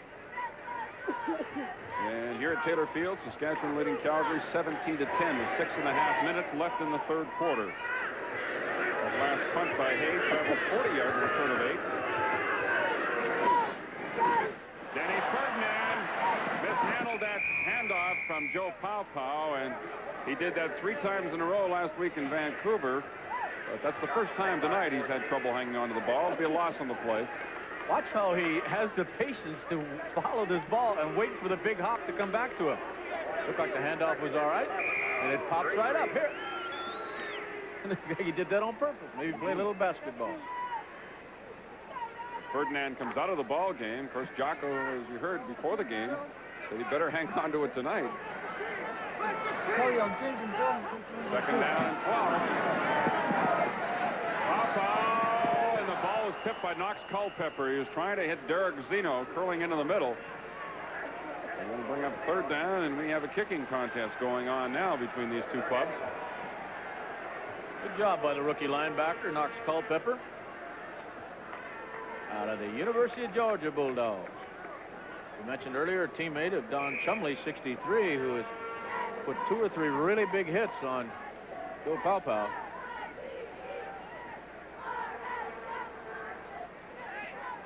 .5:30 remaining now in his third quarter. No score. Richie Hall on the return from the 31-yard line. 42-yard line brought down. The score is Saskatchewan 17, Calgary 10. We'll be back in a moment.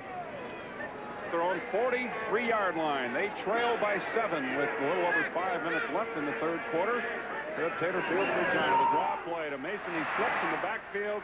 And Wilburn and a bunch of friends are there to greet him for a loss on the play of about a yard. Dale, I don't know if you were able to notice, but on that last Saskatchewan punt, Marker Ness did make the long snap, but he is hobbling awfully badly. He's showing to be a gritty young fellow just to go in and do that job. I'm surprised that Jack hasn't replaced him. Well, I think that's all he's doing is snapping on the third down. So yeah, that's all he's doing, Frank, but it's quite an effort just for him to get on and off the field.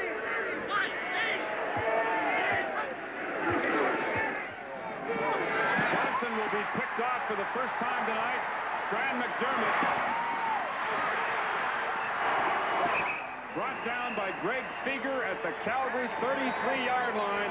A return of 31 yards. A badly thrown football, overthrown. McDermott picking off his 4th interception of the year. And you'll see Johnson is quite a bit off the market on this one. It did not look like Emmanuel Tolbert was even looking for the throw to come his way. Well, McDermott puts the Riders in excellent field position at the 33-yard line of the Stampeders. McDermott's 4th interception of the year, as you see. So far this year, McDermott has not returned one for a touchdown. And if that holds true, it'll be the first time in his 4-year career that he's not returned an interception for a major score. Paopao dumps it off to Stu Fraser, and he drops it. Larry Hogue providing the coverage. I'm not sure. He might have just deflected it enough. Well, we're going to take a good look at it right here. Hogue, number 14, the defender. Yeah, I think he did. Just get enough of it that Stu Fraser could not hold on to it. And is Stu Fraser ever a popular Rough Rider? Everybody cheers when he comes on the field, don't they? Well, sometimes around here, Frank. Some of the phone-in shows in this town. Is that right? Don't indicate that. Craig Ellis cannot get away from the initial tackler there at the 25-yard line. Knocks Culpepper, so he'll be about a yard short of the first down. Folks here are hollering, of course, for the Riders to go for it. It's going to be about a yard short of the first down. It's a little further than was indicated by the Rider offensive team. The short yardage team is coming in.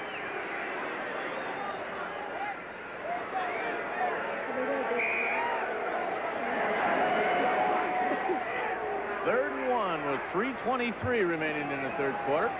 You look at Greg Babla now warming up at the Stampeders side of the field. Third down, inches. Craig Ellis put his head down and drove for the first down. Good, tough running by Craig Ellis that time as he went right into Knox Culpepper and picked up the first down.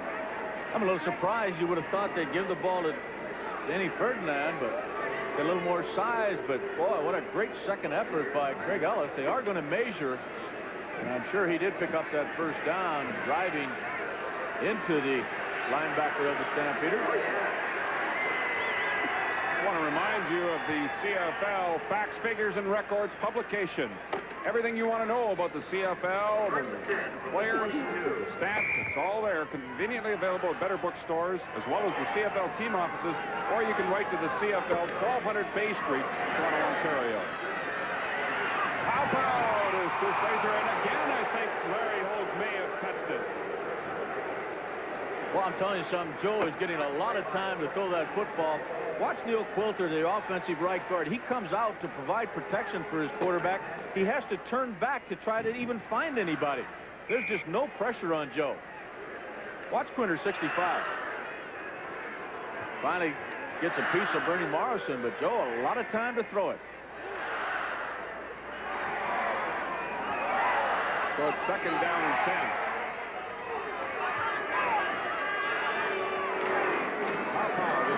Drop, throwing quickly and over the head of Stu Fraser. So that will bring up Third down.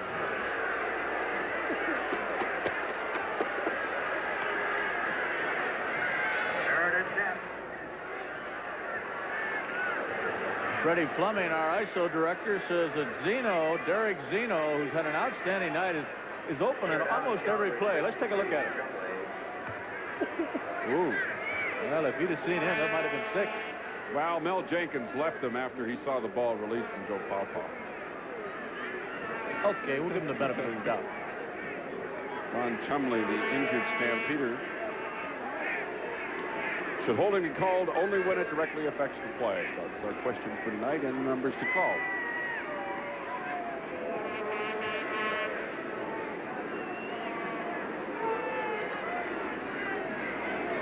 Freddie Fleming.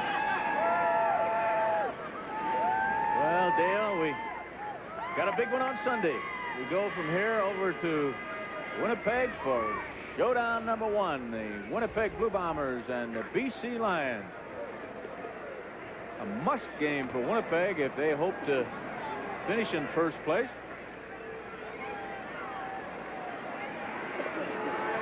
Third down for the Riders, a 29-yard field goal attempt coming up by Dave Ridgway. Stu Fraser will do the holding. The kick is good, so it is now a 10-point lead for Saskatchewan with 2:23 remaining in the third quarter. Ridgway 2 for 2 now. Second career point for Dave Ridgway.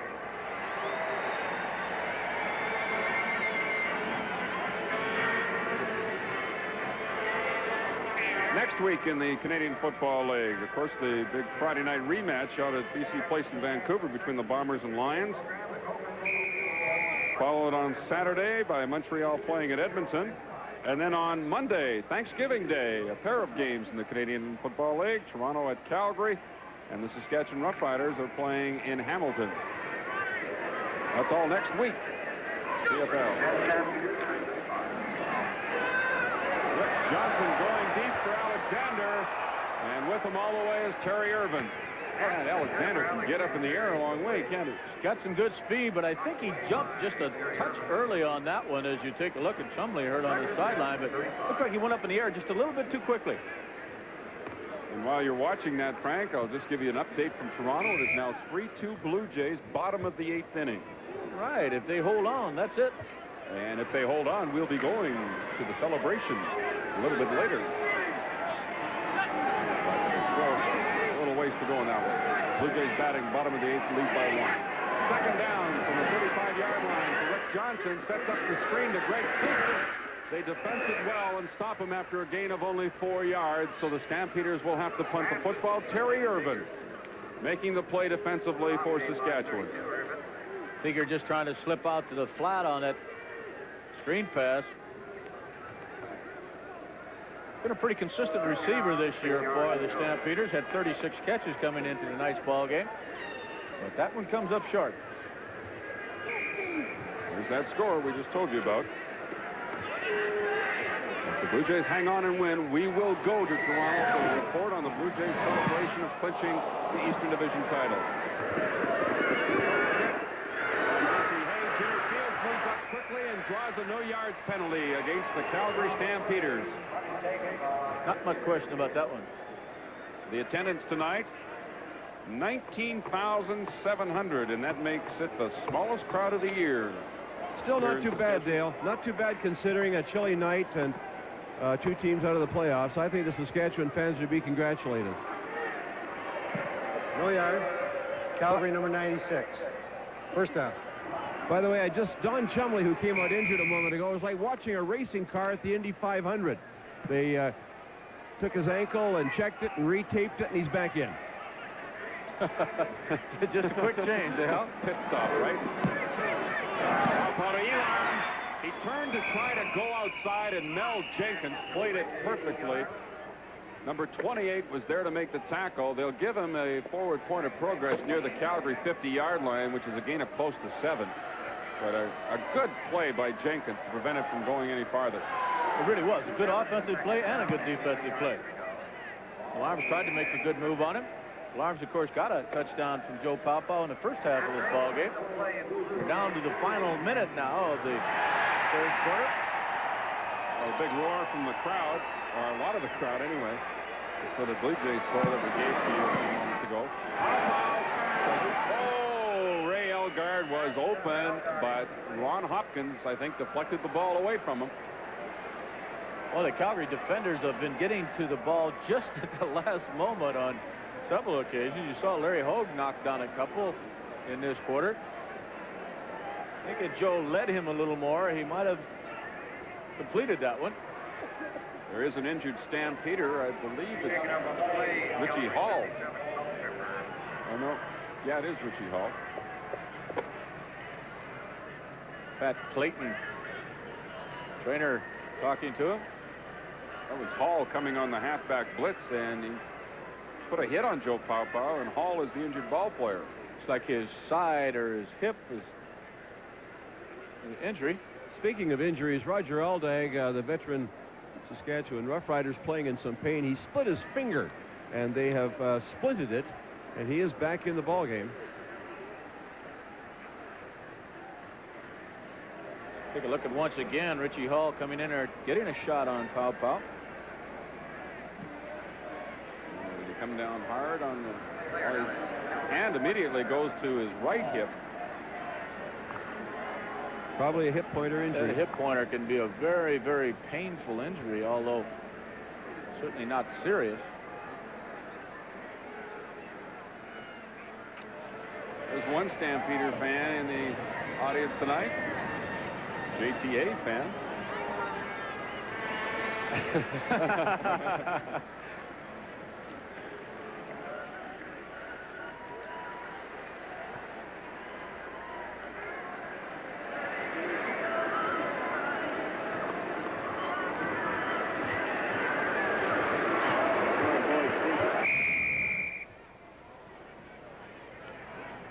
Richie's all right.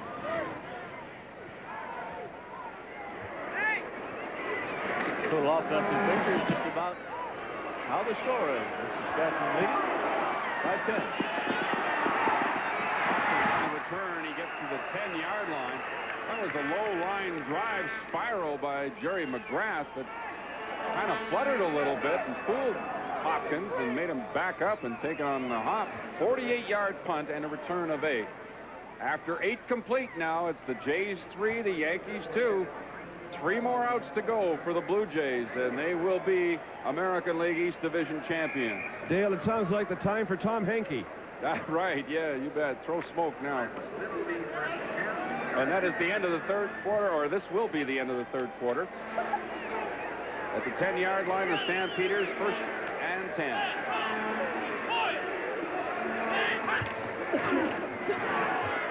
Johnson puts it up. What a catch by Tag Rome. First down, Stampeders. They quickly move out to the 37-yard line. A pickup of 27 yards, 20-10.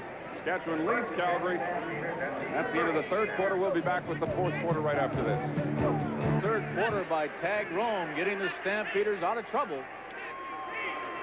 And we're back now to start the fourth quarter, and the Stampeders are 1st and 10 at their own 35-yard line. And now let's see what we've got here. Dan Runge went across the line of scrimmage. Rick Johnson waited for him to get back, and then Jitter Fields made the move to go and make contact with the player. But I think that has to be against Saskatchewan. Sure, because he went across the line of scrimmage to get at Runge. Sure, Runge was back onside before the ball was snapped. There's going to be a bit of a discussion about this one.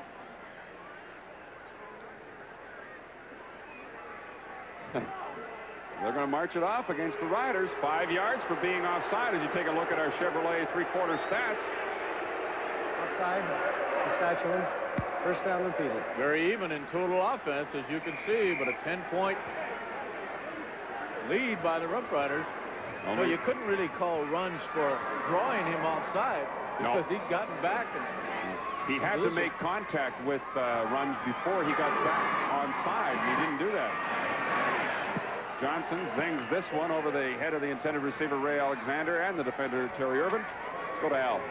Well, Dale, there's popular Richie Hall on that hit that he made a minute ago. He hit him so hard, apparently, he had a hip spasm. It wasn't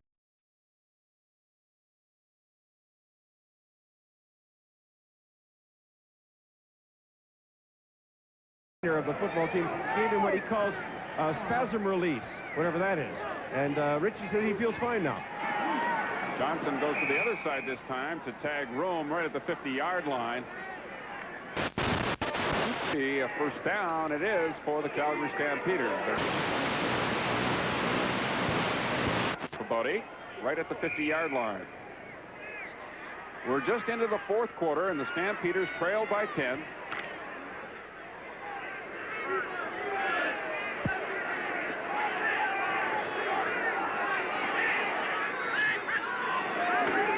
Blitz is on Johnson, and he just unloads in a hurry. Jim Hunter, number 52, right on top of him. There's been an awful lot of receivers slipping tonight when they're making their cuts. Alexander just slipped on the previous play, and Tag Rome slips on this one. Watch him.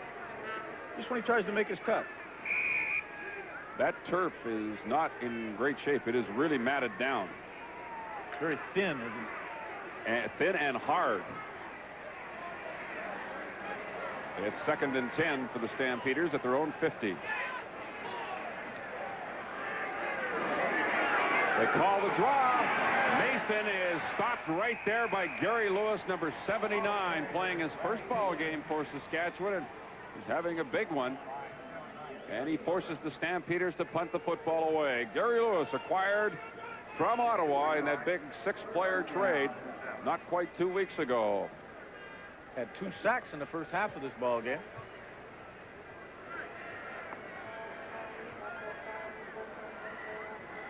Fields and Zeno drop back, awaiting the punt from J.T. Hayes.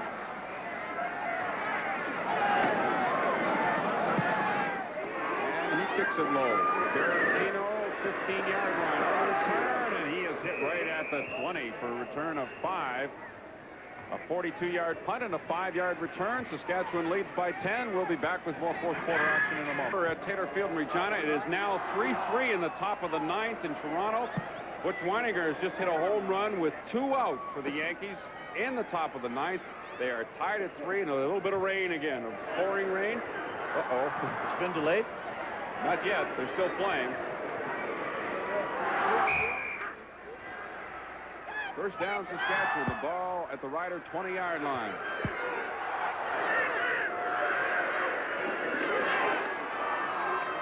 The screen to Craig Ellis. He's on his own, and he is stopped at about the 26 for a gain of 6 yards.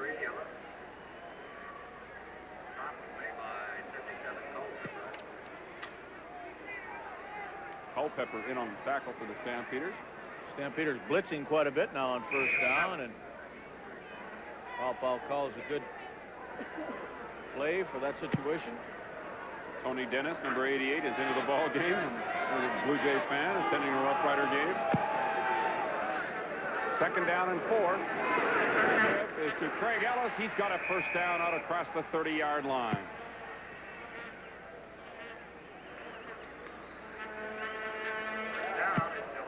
Craig Ellis leading the Canadian Football League in touchdowns with 13 of them coming into tonight. And he also leads in rushing touchdowns. 10 of his 13 have been on the ground. First and 10 from the 31.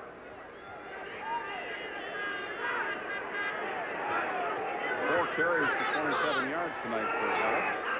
First down Riders. Big night. Quickly throws to Michael Elarms. Makes a good move down the sidelines. He stepped out of bounds at the 42-yard line. He should have another first down. Well, that would put Papa up around the 260-yard mark throwing a football. He's averaged over 300 yards this year. Arms making a good move there on Mel Jenkins, 28. 2 good moves. The second one got right around him. His right foot just touched a very faint sideline over there in front of the Stampeder bench, but the referee was right on top of the play, and it is a first down Saskatchewan. The ball at their own 42-yard line.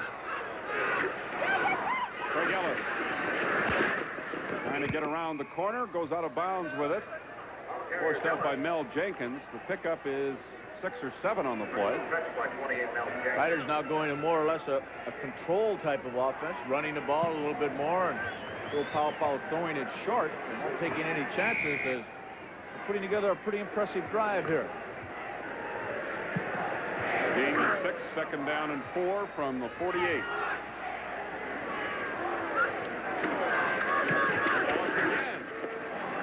Across the 50. And he'll be short of the 1st down.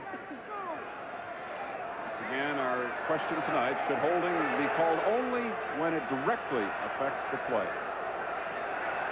And the numbers to call, 50-cent service charge per call, and we'll give you the results of that at the conclusion of tonight's ball game. We have 10-17 remaining in the 4th quarter. The Riders will be 3rd and a yard, and they will gamble at their own 51-yard line. They need only about 2 feet. Last time they ran Craig Ellis in this situation. Pau keeps himself. Ball carrier to quarterback. Stampeders, Bernie Morrison says they stopped him, but we'll have a measurement. It's going to be pretty doggone close to it, but I think he did make it.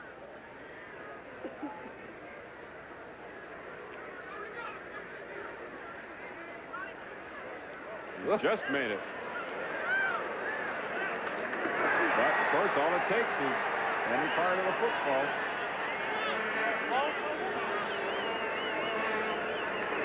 Joe is really stacked up there. You know, from that angle, it looked like he gained more than a couple feet, didn't it? Yeah, it sure did. He got pulled back a little bit, too. So with 9:44 remaining, the Rough Riders keep this drive going. Trying to put a stop to losing streak. Ellis. That's about a yard, maybe 2. Woodson in on the tackle, along with Hogue. This is an interesting block attempt by Roger Aldag. Watch him, number 44, as he comes out. He's blocking on Bernie Morrison, 72, and he tries to hook him to the inside. A very difficult block for an offensive guard. Good penetration, actually, by Morrison, as Ellis is forced to go back, and the gain is limited to just a yard. Good defensive play. 2nd and 9. Down the middle, the big Ray Elgard. Hauled down by Larry Hogue. 1st and 10, Saskatchewan at the Calgary 41 to pick up a 16 yards. You know, Dale Elgart has not been a big factor in this ball game since very early on when he gained 29 yards to set up the opening field goal for the Saskatchewan Roughriders. And it was about 5 or 6 games into the season when Elgart was held to less than 100 yards in any game. What an outstanding start he had in 1985. Riders on this drive have now had 8 plays. This is number 9. Ellis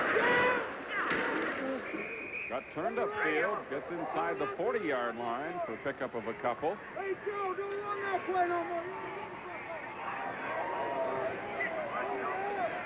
They give him close to 3, so it's 2nd down and a long 7 for the Rough Riders, and we have 8 minutes left. We talked about Ellis's primary asset being a receiver.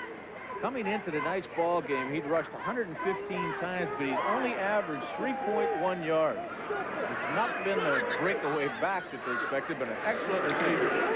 Leads the league in catches. Fraser makes the catch. Tackled immediately by Larry Hogue, and short of the 1st down by a couple of yards. See, there's that Stu Fraser cheering section. Oh, yeah, I wasn't suggesting that fans here in the ballpark get on Stu, but there are some around town that really figure, especially as a return guy, could have been back there. Well, he doesn't have that blinding speed. No, he sure doesn't.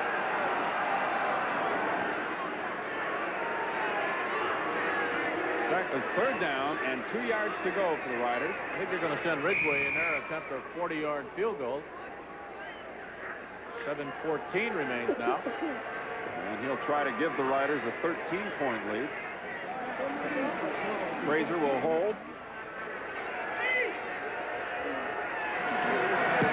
The kick by Ridgway. It is wide to the right and gets a single point out of it. So it is now Saskatchewan 21 and Calgary 10. With 6:56 left. We'll be right back. 700, but as you can see, some of them are having a great time with the Roughriders in front by 11, with Johnson going deep and knocked away by Eddie Ray Walker.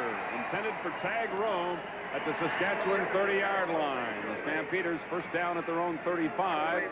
Johnson showing that he can put that ball in the air a long way, but great coverage all the way by Eddie Ray Walker. Well, Rome made an outstanding catch on the final play of the third quarter, but no way, as Eddie Ray Walker was right there. And of the last 5 passes that Johnson has attempted, 4 of them have been to tag Rome. Second down and 10. 6.5 minutes remaining in the ball game. The draw, the Mason stopped at the 40, a gain of 5. Eddie Lowe made the tackle.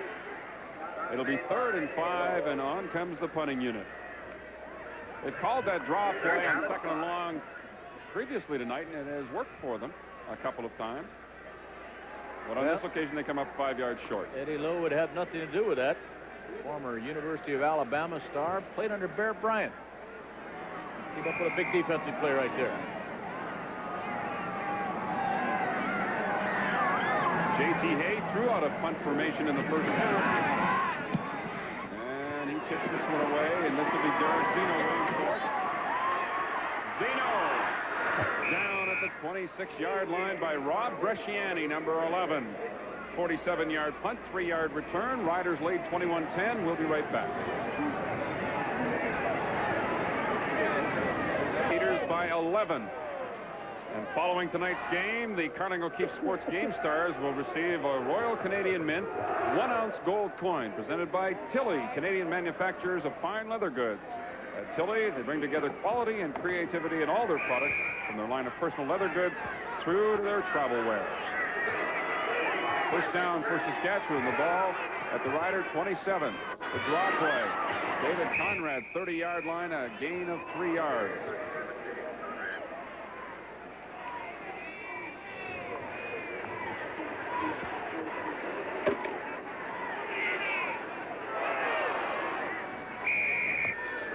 Five minutes and 37 seconds remaining in the ball game. Clock is running.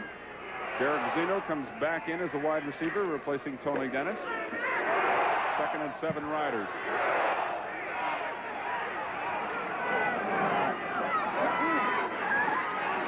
Ball going for Zeno. Out of bounds. Diving catch at the Rider bench. What an outstanding catch, even though it will not count. Zeno did everything he could to keep his feet in bounds and still make the reception. The ball just about a foot too far for him to do that, but showed great athletic ability. The Yankees have gone in front 4-3 in the top of the 9th inning. And the Blue Jays, Lloyd Mosby with an error on the play, allowing a Yankee run to score. Well, that's quite a turnaround. Ooh, late stages.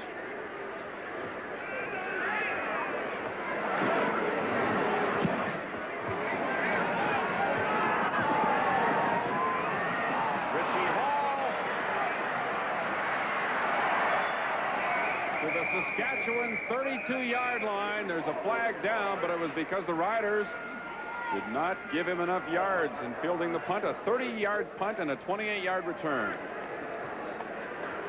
Well, if there's one guy that can come up with the big plays consistently for you in a Stampeder uniform, it's that little guy, Richie Hall. Decline. First down. No yards, penalty declined. They take the 28-yard return. First down for the Stampeders near the Saskatchewan 32. 21-10 is the score in favor of the Riders. Anthony to put this one in the end zone. Play is broken up by Terry Irvin. Pass intended for Ray Alexander. Boy, just an excellent play by the 9-year veteran of the Canadian Football League, Terry Irvin. Of course, used to wear the red and white of the Stampeders. That is really a good defense. Alexander coming back toward the football. Terry Irvin had an interception tonight wiped out due to a penalty. He has 5 on the season, given 50 in his career. He is the leading active player as far as interception goes. And don't forget, CTV, Sunday afternoon, showdown number 1. The BC Lions visit the Winnipeg Blue Bombers, which should be one of the best matches we've had all year long. Willard Reeves, the leading rusher in the Canadian Football League, last year's Shenley Award winner, and the much maligned Roy DeWalt's got his ball club at 10-1, and he's under heavy criticism from his own hometown fans. Unbelievable. He leads the league in touchdown passes. What a matchup we'll have for you. And has less than half the interceptions of any of the other leading quarterbacks in the Canadian Football League. A must situation for the Bombers if they want to finish first. 4 o'clock start Eastern time right here on CTV. Sunday afternoon, the Bombers and the Lions. Right now, it's the Stampeders looking at 2nd and 10 from the Saskatchewan 32-yard line. Rick Johnson. Blocked by Rick Moore at the 40-yard line. The ball came loose, but they're going to rule it Calgary's football.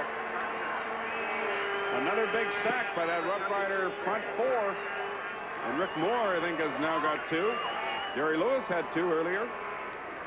Lewis has actually got 3. Well, you'll see the pressure coming in on Johnson as he just gets ready to throw that football.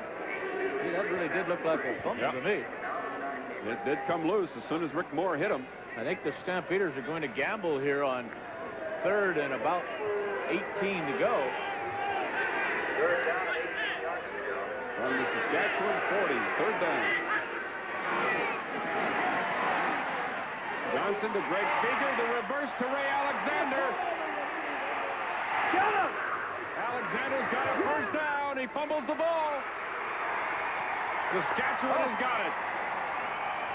What a beautifully executed play, and unfortunately for the Stampeders, it ended with a fumble. Stampeders are a little upset. They're saying that the ball did not come loose till Alexander hit the ground. Just an excellent play by the Stamp, showing a little innovation there.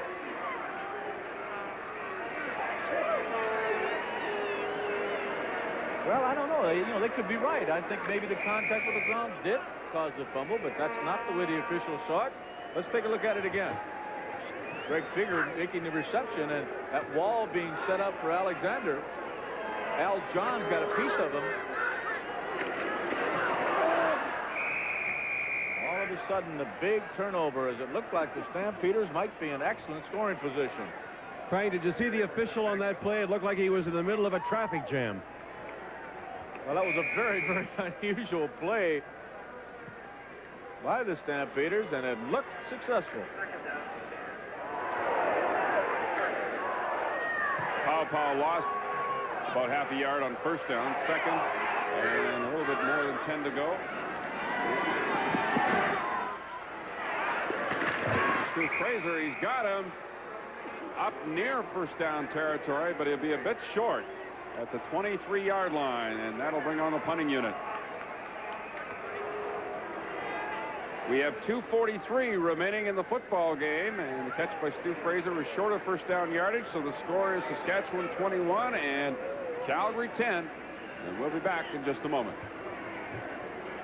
Trailing by 11 points with just 2:43 remaining in the ball game, and the Saskatchewan Roughriders looking at 3rd down and 1, and the punting unit is out there. Richie Hall, tag roam, back deep. Jack Goda looks on, just hoping nothing goes wrong from here on in. Trying to snap a 5-game losing streak. Tied with Calgary for the longest losing streak of the season. Good punt by McGrath. Richie Hall from the 45-yard line.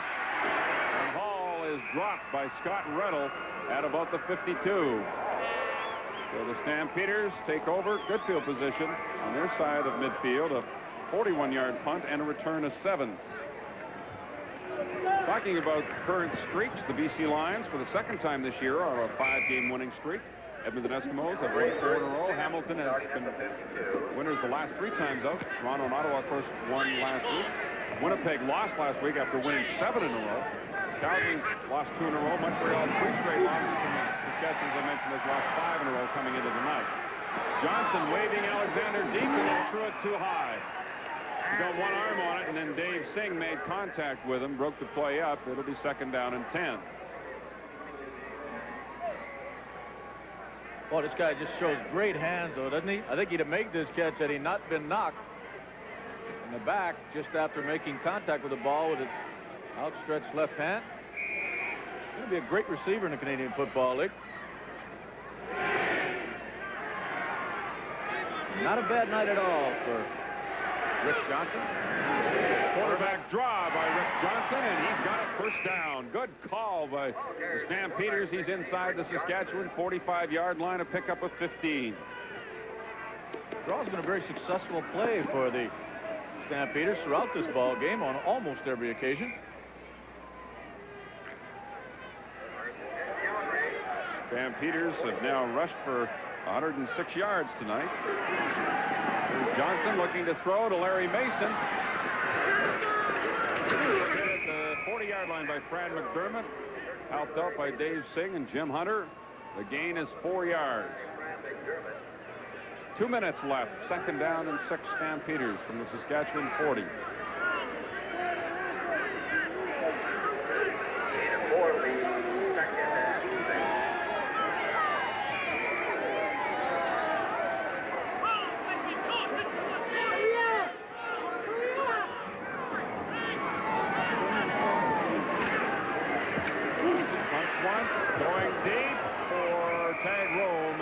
Throws him down the sidelines, and it'll bring up 3rd down for Calgary. Well, the last time they gambled on 3rd down, they picked it up. 3rd down, 6 yards to go. Dale and Frank, Alexander fumbled. Dale and Frank, I just wanted to mention something we, I think, haven't mentioned yet. We're looking forward to that big game Sunday. We'll certainly miss Cal Murphy on the Winnipeg bench. We hope Cal's doing well and will be out of the hospital soon. Certainly second that, Al.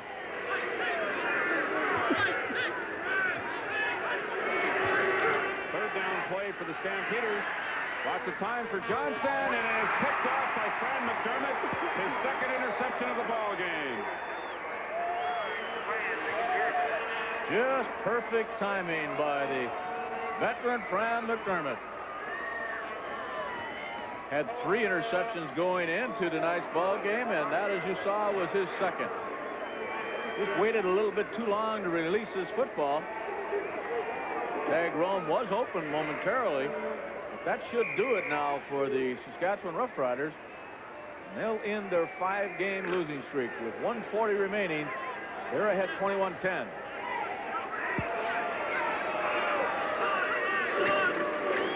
Paul hands off to Craig Ellis. Bernie Morrison wraps him up as he crosses the 25-yard line to about the 26-27. Final score now tonight. The New York Yankees have defeated the Toronto Blue Jays 4-3. So the Blue Jays' magic number remains still the same, but the lead now is cut to 2 games. And they will play tomorrow, and that'll be on the CTV network starting at 1:30 Eastern Time, and Sunday's game as well, 1:30 Eastern Time. 4-3, Yankees win tonight. Pow.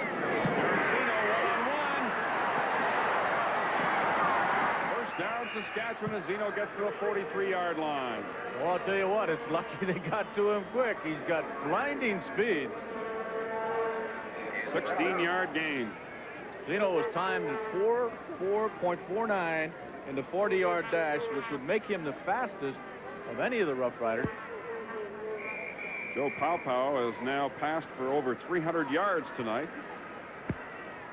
Just an average day for the throwing Samoan this year. The key tonight, though, is 2 touchdown passes. And no interception. Mind you, tomorrow that CTV's Wide World of Sports features the lineup includes Carlsberg Light Grand Prix of Cycling and the Hiram Walker Bowling Championships for women, Canadian Precision Skating Championships, that's novice competition, and highlights from the Universiade in Kobe, Japan.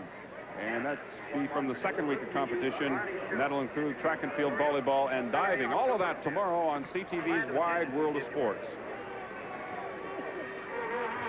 David Lees, our stats man, says Joe Paopao just 1 yard short of his passing average for the year, as you're looking at Rick Johnson, but Pow has thrown for an average of 308. He's got 307 unofficially tonight. Minute 12 remaining in the ball game. First down for the Riders. The ball at their own 43-yard line.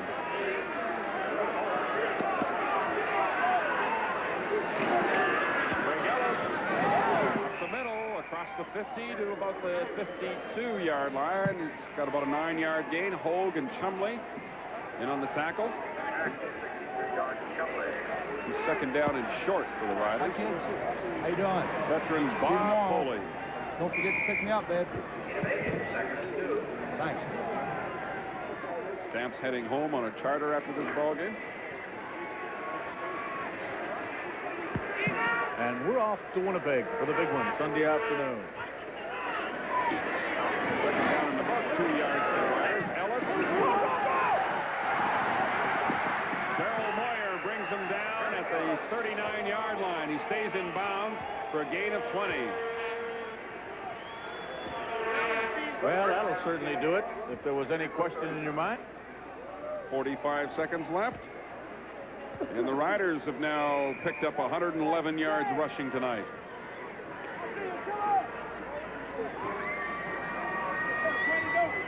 And there's a look at the Western Division standings now, and that's updated, including Saskatchewan's win here tonight. They're now at 5-8. Craig Ellis again.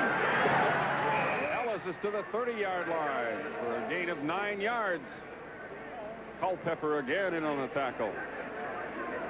And Saskatchewan will keep their ever so thin hopes of a playoff spot alive. And they'll be hoping and praying that Hamilton might knock off Edmonton tomorrow night. Of course, if the Eskimos win, it's all over for Saskatchewan. Been a good football game. 21-10, the Riders leading.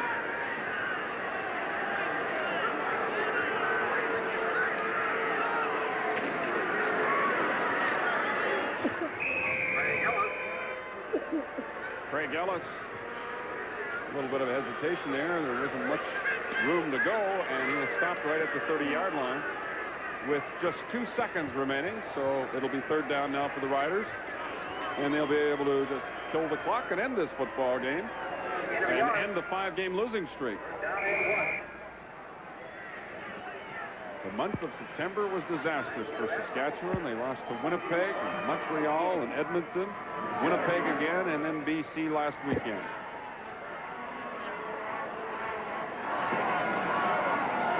This is it, the final play of the ball game.